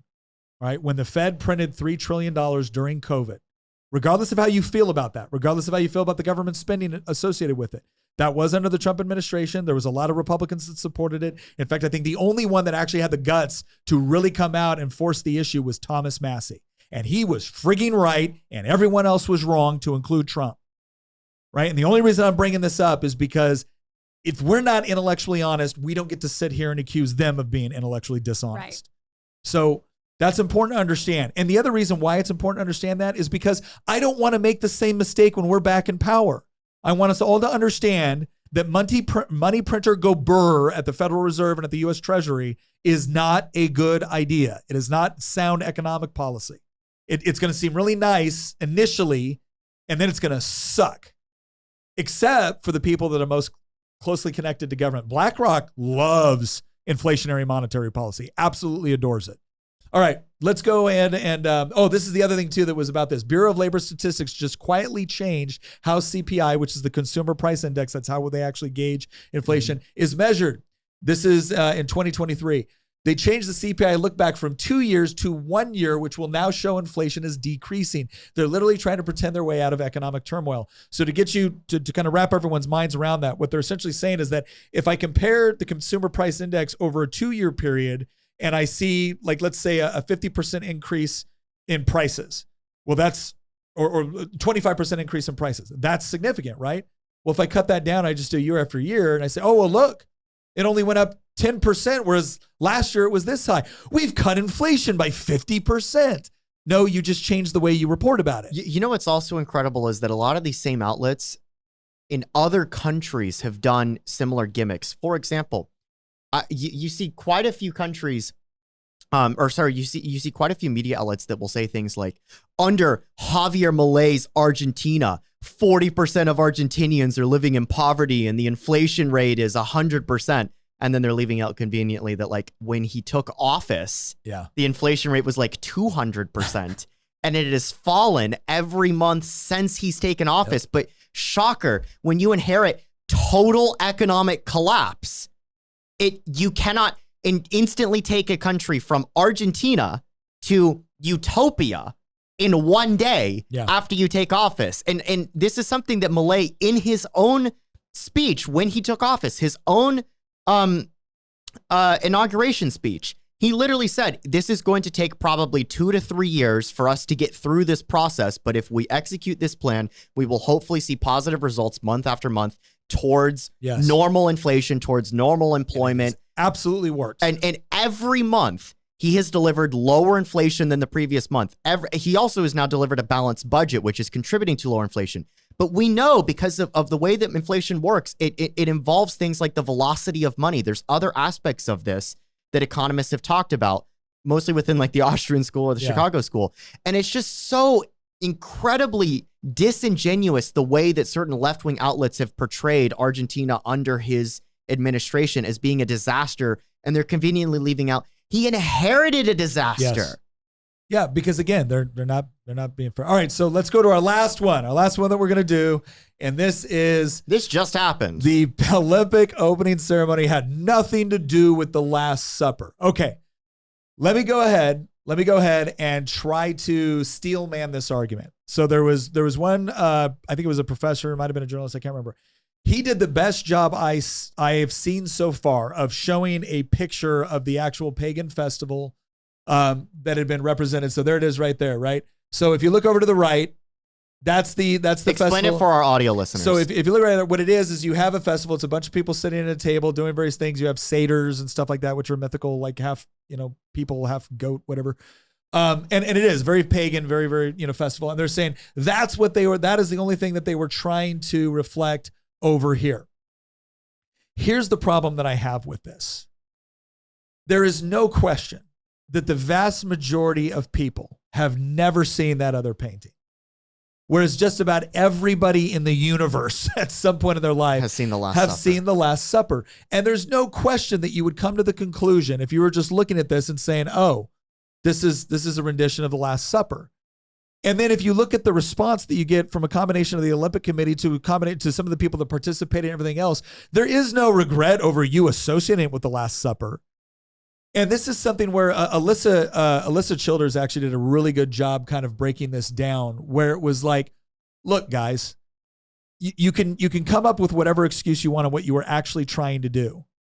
You cannot be so crazy as to honestly believe that people were not going to associate with the Last Supper. And if you were really concerned about it, like if you were genuinely, oh, we're sorry, you're offended, you would have said, hey, like everybody would have been reporting, this is a rendition of this particular thing or that particular thing, if that's what you wanted to do. But if you were questioning whether or not Christians might be a little sensitive right now with respect to what's going on in the world, it might have something to do with the fact that the left cannot wait with every possible thing that they do, whether it be in movies, whether it be at concerts, whether it be in songs, whether it be what's going on with schools, cannot wait to find a way to basically poke Christians in the eye. And then the moment we respond, go, it's not all about you, Christians. It was actually about this. It was actually about that. It's like, spare me. Spare me. I know you're lying, and here's how I know.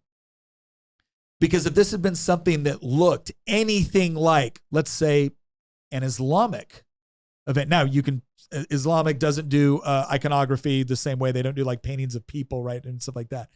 Had you done something that would have been in any way, shape, or form associated with Islam, you would have either cut it from your ceremony, or you would have immediately come out and fired somebody and say, we apologize. This was not meant to, the Olympics is all about unity and bringing people together. We don't want anyone to feel excluded or certainly offended. But instead, it's just, we're the ones with the problem. And this goes back to the slap you, slap you, slap you, slap you. And then when they do, even if they don't slap you, right? Even if they just stop right there, it's like, well, why are you flinching? Why are you flinching? I wasn't going to hit you. Well, you did the last 5 times. So yeah, I assumed you were doing it this time. So again, the reason why I'm framing it up this way is because even if you accept the explanation, which I'm not entirely sure I do, but even if you accept the explanation, give me a break. You cannot continue to engage in the activity that you do, constantly flaunting things. You cannot have the Sisters of the Perpetual Indulgence opening up the Dodgers game in a predominantly Catholic place where they're making fun of Christ and nuns and the whole deal. And then when something like this happens, assume that we're all going to be, oh, that probably had nothing to do with us. Well, I think it's really nice that professor came up with that nice little example. Oh, well, this is really what it is. And it's this festival of Bacchanal or whatever. Well, here's the problem with that. Like, I get it. You've got the blue guy. Okay. Yeah. So that does lend itself to that, but he wasn't lowered into that situation until after that picture was made. So they basically set it up that way and then lowered it like debased even further, basically. And here's how I know that professor is wrong, is because the people that put this on never mentioned a single time that that's what it really was. Well, I think the Olympic Committee came out and said something about it. No, well, after it was suggested. Oh, yeah.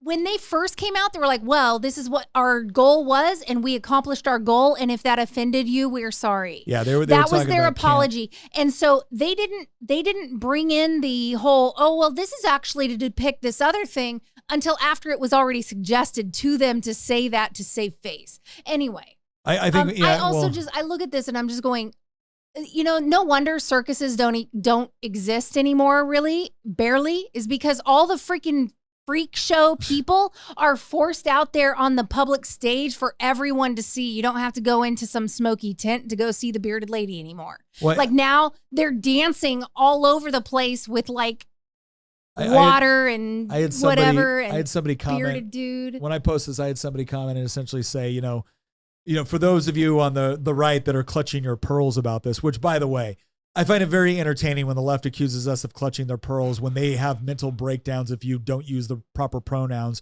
or say that only women can get pregnant, right? When it comes to pearl clutching, we just don't measure up to you guys.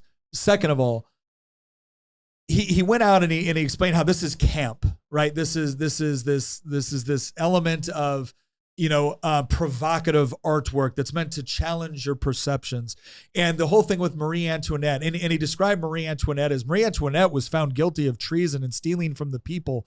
And I remember looking back, I responded back, I said, if that's your complete understanding of the French Revolution's reign of terror, where they went around beheading everybody, to include eventually the guy that ran the reign of terror, Robespierre, you have a very superficial understanding, and maybe you shouldn't be lecturing the rest of us on what we understand about history and context. But this is, again, the reason why I think this is another one of those examples is because I think anybody with half a brain would have recognized that there was going to be a connection made here. I think they wanted to see the reaction. I think in some cases, the best argument is they baited a reaction. And then it's like, oh, look at you idiots. You just don't understand. It's like, no, we understand. We get it. Because this has been a common theme. And it's a common theme that is only allowed if it's directed toward Christianity. If it's mocking Christianity, it's allowed, and this is just part of a provocative art show.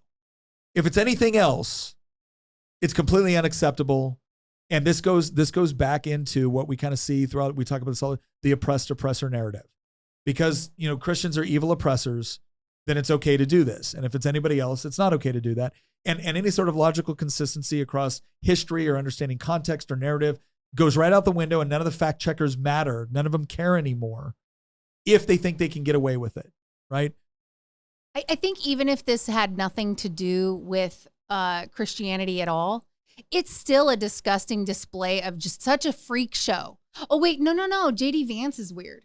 JD Vance is the one who's weird, you guys, not these people. The aristocrats of clown world want to say that we're the weirdos. No, and there was even a child involved in that whole display. That's another one where it's like, what is it with all these freaking people in drag with all these BDSM type things and their obsession with children? Yeah, Why are they bringing children into what they're doing all the time? There's never drag queen story hour at the old folks' home. Right, it's only at like libraries for kids. Or in prisons. Yeah, or in prisons, right? Never drag queen story hour prisons. It's only for children, and there's a reason for that. Somebody tweeted out once, I can't remember who it was. He goes, it's just not that difficult. Some people are just evil and they want to diddle kids. That was Arn McIntyre, who is that's now turned into the sign tapping meme. Yeah, where I've seen that pop up over and over and over again because he's right. Ultimately, McIntyre is correct with.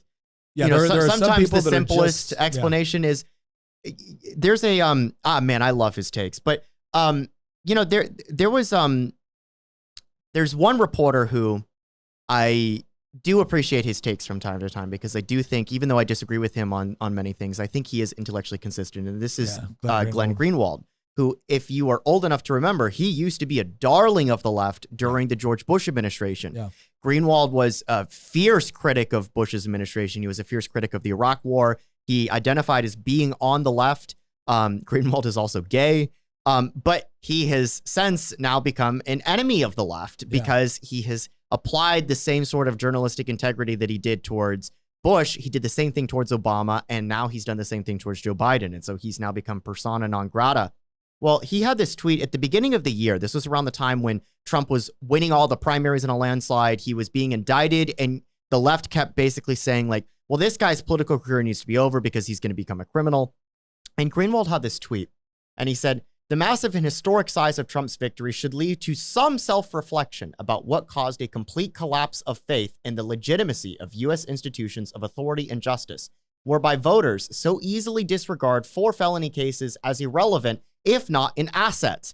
And I said something below this, far be it me to shill my Twitter account, but I have to. It wouldn't be a Making the Argument episode if I didn't. I had this tweet that I think really encapsulates a lot of what we've just talked about today, where I replied to him and I said, there is zero trust in America's institutions precisely because the Gramsci-Duchke long march through the institutions was such a success.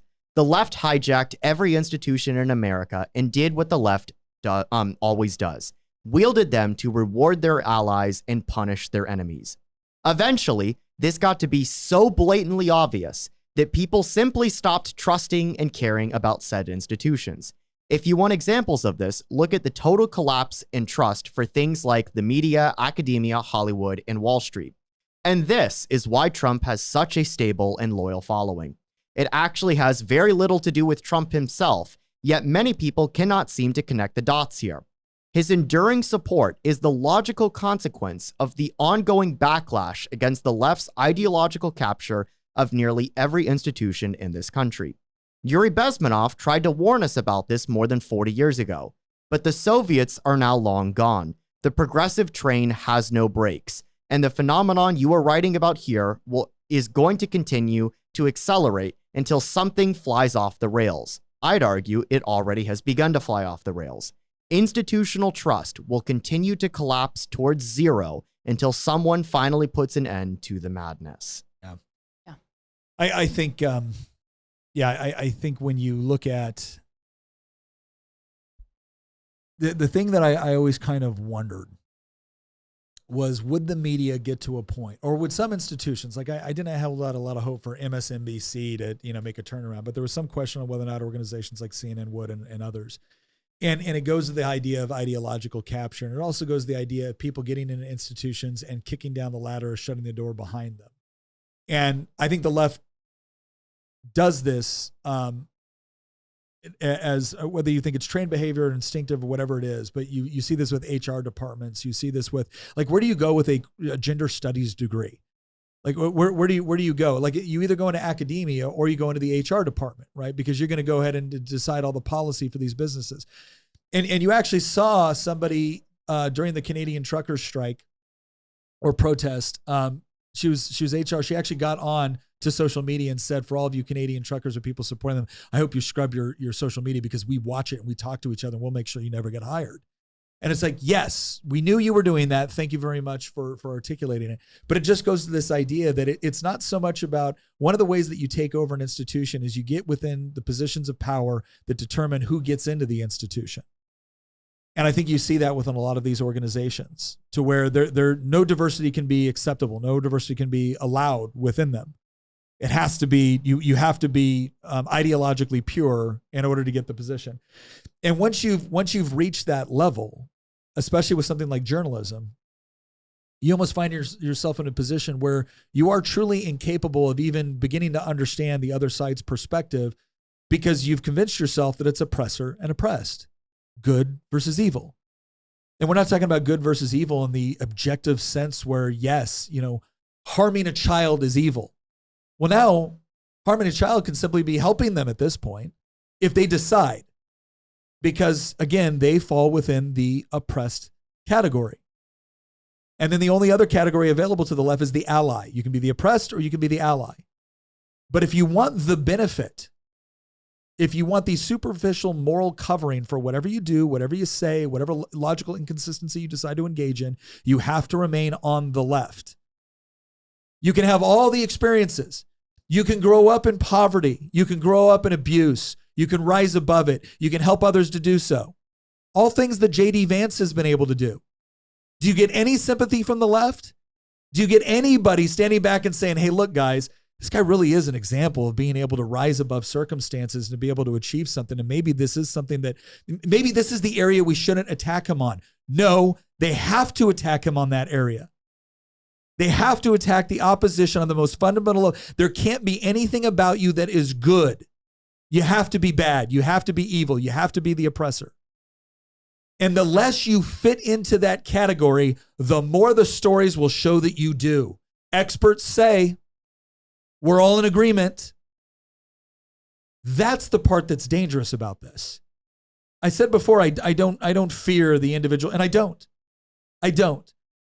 fear an ideology that behaves this way, but I do want to properly articulate what it is. I do want to properly lay out exactly how it operates so that we can identify it, because you definitely don't want that ideology getting to a degree of power to where it attempts to impose its will, and it's already attempting to do that. And right now, it's primarily doing it through the institutions which currently exist. That's your arts and entertainment, your culturally shaping institutions, but increasingly it's becoming lawfare. And the lawfare isn't working for them the way they assumed it would, because they read our playbook. Oh, you guys are predominantly for law and order. You guys predominantly believe in intellectual consistency and honesty. You predominantly believe in certain aspects, which we are now going to use against you when it suits us, and then jettison it or classify it as white supremacy or the patriarchy or evil or oppressor when it doesn't suit us. And you will go along with that because you have to, because you're intellectually honest, right? You're intellectually consistent. And what's happening is, and this is what Glenn Greenwald is pointing out here, is that many on the right have just finally said, fine, if this is the way the game is played, then we're going to send somebody that knows how to play the game. And we don't care. Well, what about that? You're a conservative. You're supposed to care about felony convictions. Not if you're manipulating the system in order to get them. Not if the convictions are coming from you. Yes. That's the way to describe it. But the problem is, it's not just that it's coming from the other side. It's the way in which they get them. It's the fact that they're willing to jettison it when it's their guy and do it when it's ours. And so fine, if this is the new rules, then you're right. The institutions no longer have meaning. The question is, what does the left do when they realize they don't care about the institutions with respect to their own system? They care about the institutions in relation to us caring about the institutions. No. They care about the institutions insofar as the institutions enable them to acquire political power. They don't care about the institution insofar as what's in the best interest of preserving the legitimacy or the function of the institution. The only function of the institution that matters to the left is the function of acquiring political power. No, that's my point. They don't it's not that they like the institution for the institution itself or what it actually provides within a free and open society. They care about it in relation to us caring about it. And I disagree with you. I don't think that they only care about it insofar as we care about it. I think they care about the institution insofar as, is it a mechanism for them to obtain political power? Christian, when they have absolute power, will they keep the institution? Yeah, of course. No, when they have absolute power, they will not keep the institution. Have you ever seen an example of the left hijacking power and then discarding an institution? They will fundamentally alter the institutions in ways that will bear no resemblance to its original place or meaning. That's my point. Of course. That's my point. Right? When I talk about the institutions that we're talking about, obviously they're not going to get rid of the institution of arts and entertainment, but will they fundamentally alter it in ways that bears no resemblance? They're not going to get rid of the institution of, a government, but would they completely gut the Constitution? Yes. Would they completely gut federalism? Yes. Would they completely gut? So they care about those institutions insofar as they can use them because we care about them, right? But at some point, if they either get power, they don't care about those institutions for their own sake. Okay, so we are actually in agreement there. We are in agreement. We're in agreement. So I think that something needs to be said about how the strength of an institution, it doesn't lie in the name of the institution itself. It lies in the values that the institution is supposed to be upholding. And when those values are gone, to your point, right, about, well, the left doesn't actually care about the function of arts and entertainment or the media. They don't care about fact-based journalism. They care about using the media as a mechanism in order to obtain political power, even if it means destroying the legitimacy of it. Yes. Insofar as it gets the job done, which is getting political power, that's all that they care about. And as conservatives who naturally want to conserve things, although increasingly there's nothing left to conserve, we understand that the value of an institution, again, it doesn't lie in the mechanism to obtain power, and it doesn't lie in the name of the institution. It lies in what values the institution is supposed to be upholding. The reason that we get upset about media gaslighting is because the way that we view media is not a means to power. We view media as a means to inform, to educate, to discuss facts, to analyze them, to hold politicians accountable. They don't use it as that mechanism. They use it as a mechanism for power. And the tragedy in all, or the travesty in all of this, the tragedy in all of this, is that when an institution loses those values, the institution itself ceases to exist. Now, that does not mean that the need for the institution ceases to exist, right? So when I say the media has ceased to exist, that doesn't mean that the need for media has ceased to exist, which is increasingly why this podcast exists. It's why alternative forms of media exist. It's why that people go to X in order to get their news. It's why people go to YouTube in order to get their news, because the function that the media used to fill, that still needs to be filled, even if the media as an institution, as we know it, newspapers, TV, they're gone. They've lost all legitimacy, and we recognize that they've lost all legitimacy. The hope here, though, is that, you know what? There's now an opening for us to fill that with something that actually does fill that purpose. I don't disagree.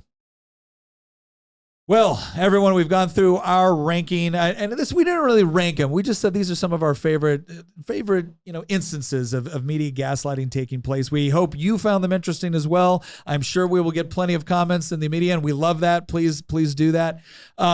Also, we've got some other things coming up that are pretty exciting. I'm going to talk about that a little bit later on some of our other episodes, some of the things that we're going to be doing with our community. Is this where crafting the argument comes in? No, this is not where crafting the argument comes in. But listen, once again, we want to thank everybody so much for watching and commenting. Again, it means a lot to us. We really appreciate it. We also want to encourage everybody to go over to our community chat, sign up for there under Circle. And don't forget, go over to trueclassic.com/Nick. Go over there, get some good items. By the way, when you shop through them, and especially when you use that promo code, it helps the show. So if you're looking for practical ways to help yourself and the show, that's a great way to do it. Once again, thank you very much for joining us, and we will see you next episode.